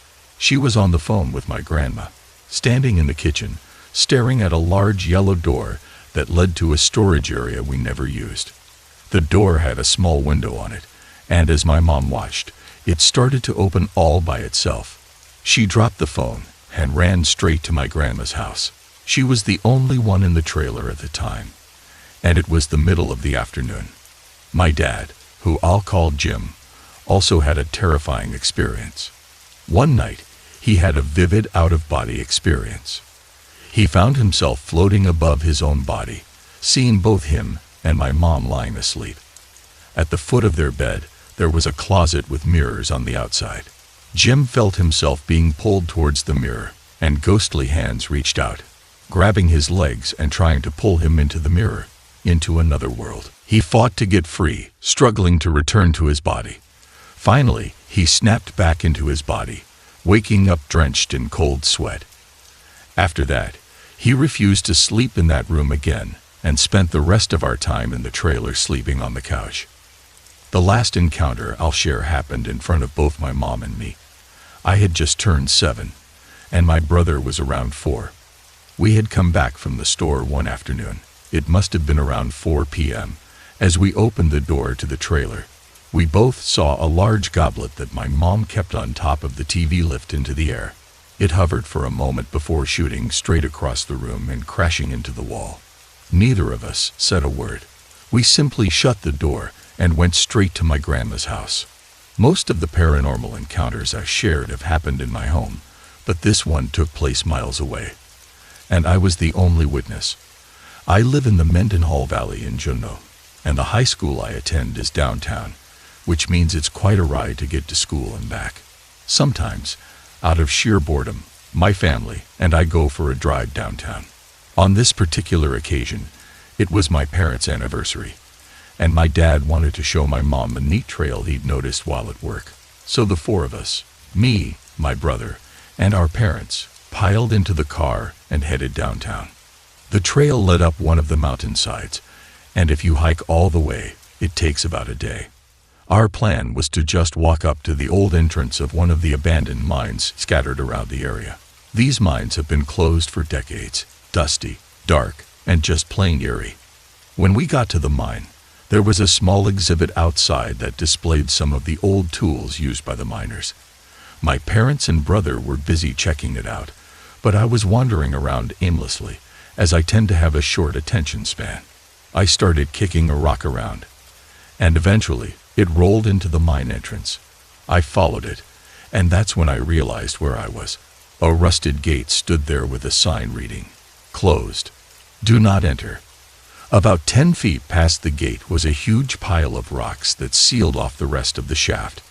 I figured this was one of the many mines that had caved in over the years. It was mid-afternoon, so when I suddenly felt a chill, I noticed it right away. The underground wind, which had been blowing towards me, shifted and began pulling me closer to the gate. Inside the mine, I could see 4 or 5 men. They were dressed in dirty white shirts, jeans, and suspenders, each carrying a pickaxe over their shoulder. As they noticed me watching, they stopped walking. That's when I saw their faces. Black, empty holes where their eyes should have been. I couldn't move. A deep sense of despair and fear washed over me.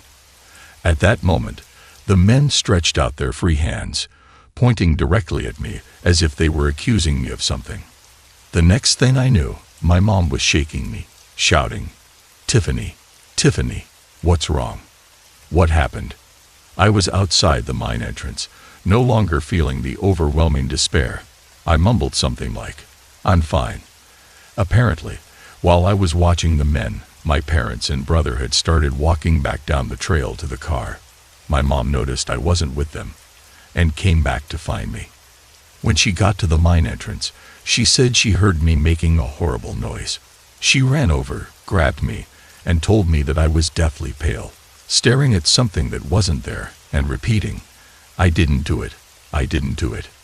As soon as she pulled me away from the mine, I felt normal again. I told her what I'd seen, but she hadn't seen the men and assumed I was having some kind of episode. I didn't think much of it at the time, and tried to forget about it. The more I thought about it later, the more I realized that those men must have died when the mine caved in. Why they accused me of something, I'll never know, but I haven't gone back there since, at least, not that far up the trail. The lower half of the trail is used as an outdoor run for gym class, and every time I go on that part of the trail, I get this sharp pain behind my right ear. It gets worse and worse until it's almost unbearable. Everyone remembers my story about the shadow people standing at the end of my bed, right? Well, for a while now, I've been trying to work up the courage to turn off the lights and confront them. Last night, I decided it was time. I spent most of the night watching TV, trying to keep myself from backing out of what I was about to do. Around 11 p.m., I finally told myself, it's now or never, and I trudged into my room. When I walked in, I noticed my blankets were already turned down, which was odd because I didn't remember doing that earlier. I have a bad habit of not making my bed, but I just shrugged it off as my imagination and flopped onto my back, staring at the ceiling. I hadn't bothered turning on the light, so the only illumination came from a faint sliver of yellow light sneaking in through the blinds from our porch light. I pulled the blankets up to my chin, my eyes wide open, fixed on the ceiling. I couldn't relax enough to close them fully, and I kept telling myself that the shadows wouldn't come unless they thought I was asleep. After what felt like forever, I managed to slow my breathing a little and close my eyes halfway. That's when I saw one, out of the corner of my eye, standing to my right near my nightstand. It was the same one who usually made the others leave me alone, just standing there, staring at me, Panic began to rise, but I tried to focus on finding my inner peace, a place I go to when I feel scared or threatened. The shadow didn't move. It just stood there, watching. I could feel its eyes fixed on my face. I sighed, trying to stay calm, and turned to my side as if I was just shifting in my sleep, hoping to get a better look. The shadow was tall, solid, and completely black. I couldn't see through it, and that was all I could make out. Half awake, half asleep, I asked the question loudly in my mind. Who are you? And what do you want? At that moment, the shadow disappeared. Frustration surged through me. After all the time it took for me to build up the nerve to turn off the light and try to communicate, it just vanished without a word. I sat up in bed, angry, and said out loud, "What are you afraid of?" Me? Coward. Probably not the best thing to say, as I didn't want to provoke whatever it was. I was just so frustrated. Here's where things get even weirder. I usually leave my bedroom door cracked about an inch so my cat can come and go as she pleases, but tonight I had closed it. Out of nowhere, the door handle turned, and the door flew open. I expected to see my mom or brother telling me to keep it down, but no one was there. I stared into the dark dining room, and out of the corner of my eye, I thought I saw several shadows quickly pass by. For some reason, I glanced at my VCR clock. It was now 2:00 a.m. And then, the scariest part happened, mostly because it took me completely by surprise. My stereo, which sits on a shelf opposite my bed, suddenly turned on at full blast. The song "The Quiet Place" by In Flames started playing as loud as my speakers could go. For those who don't know, In Flames is a heavy metal band, and "The Quiet Place" is one of their heaviest songs. The thing is, my stereo turned on by itself. The remote was sitting on top of the stereo, and I had taken the CD out earlier that day. I know because I've been exercising and removed it from the stereo afterward. With my door now wide open, everyone in the house could hear the blaring music.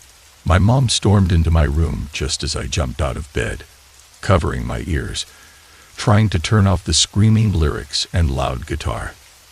I quickly switched it off, but not before my mom chewed me out, saying, "If you can't sleep and need music, at least keep the door closed and the volume low."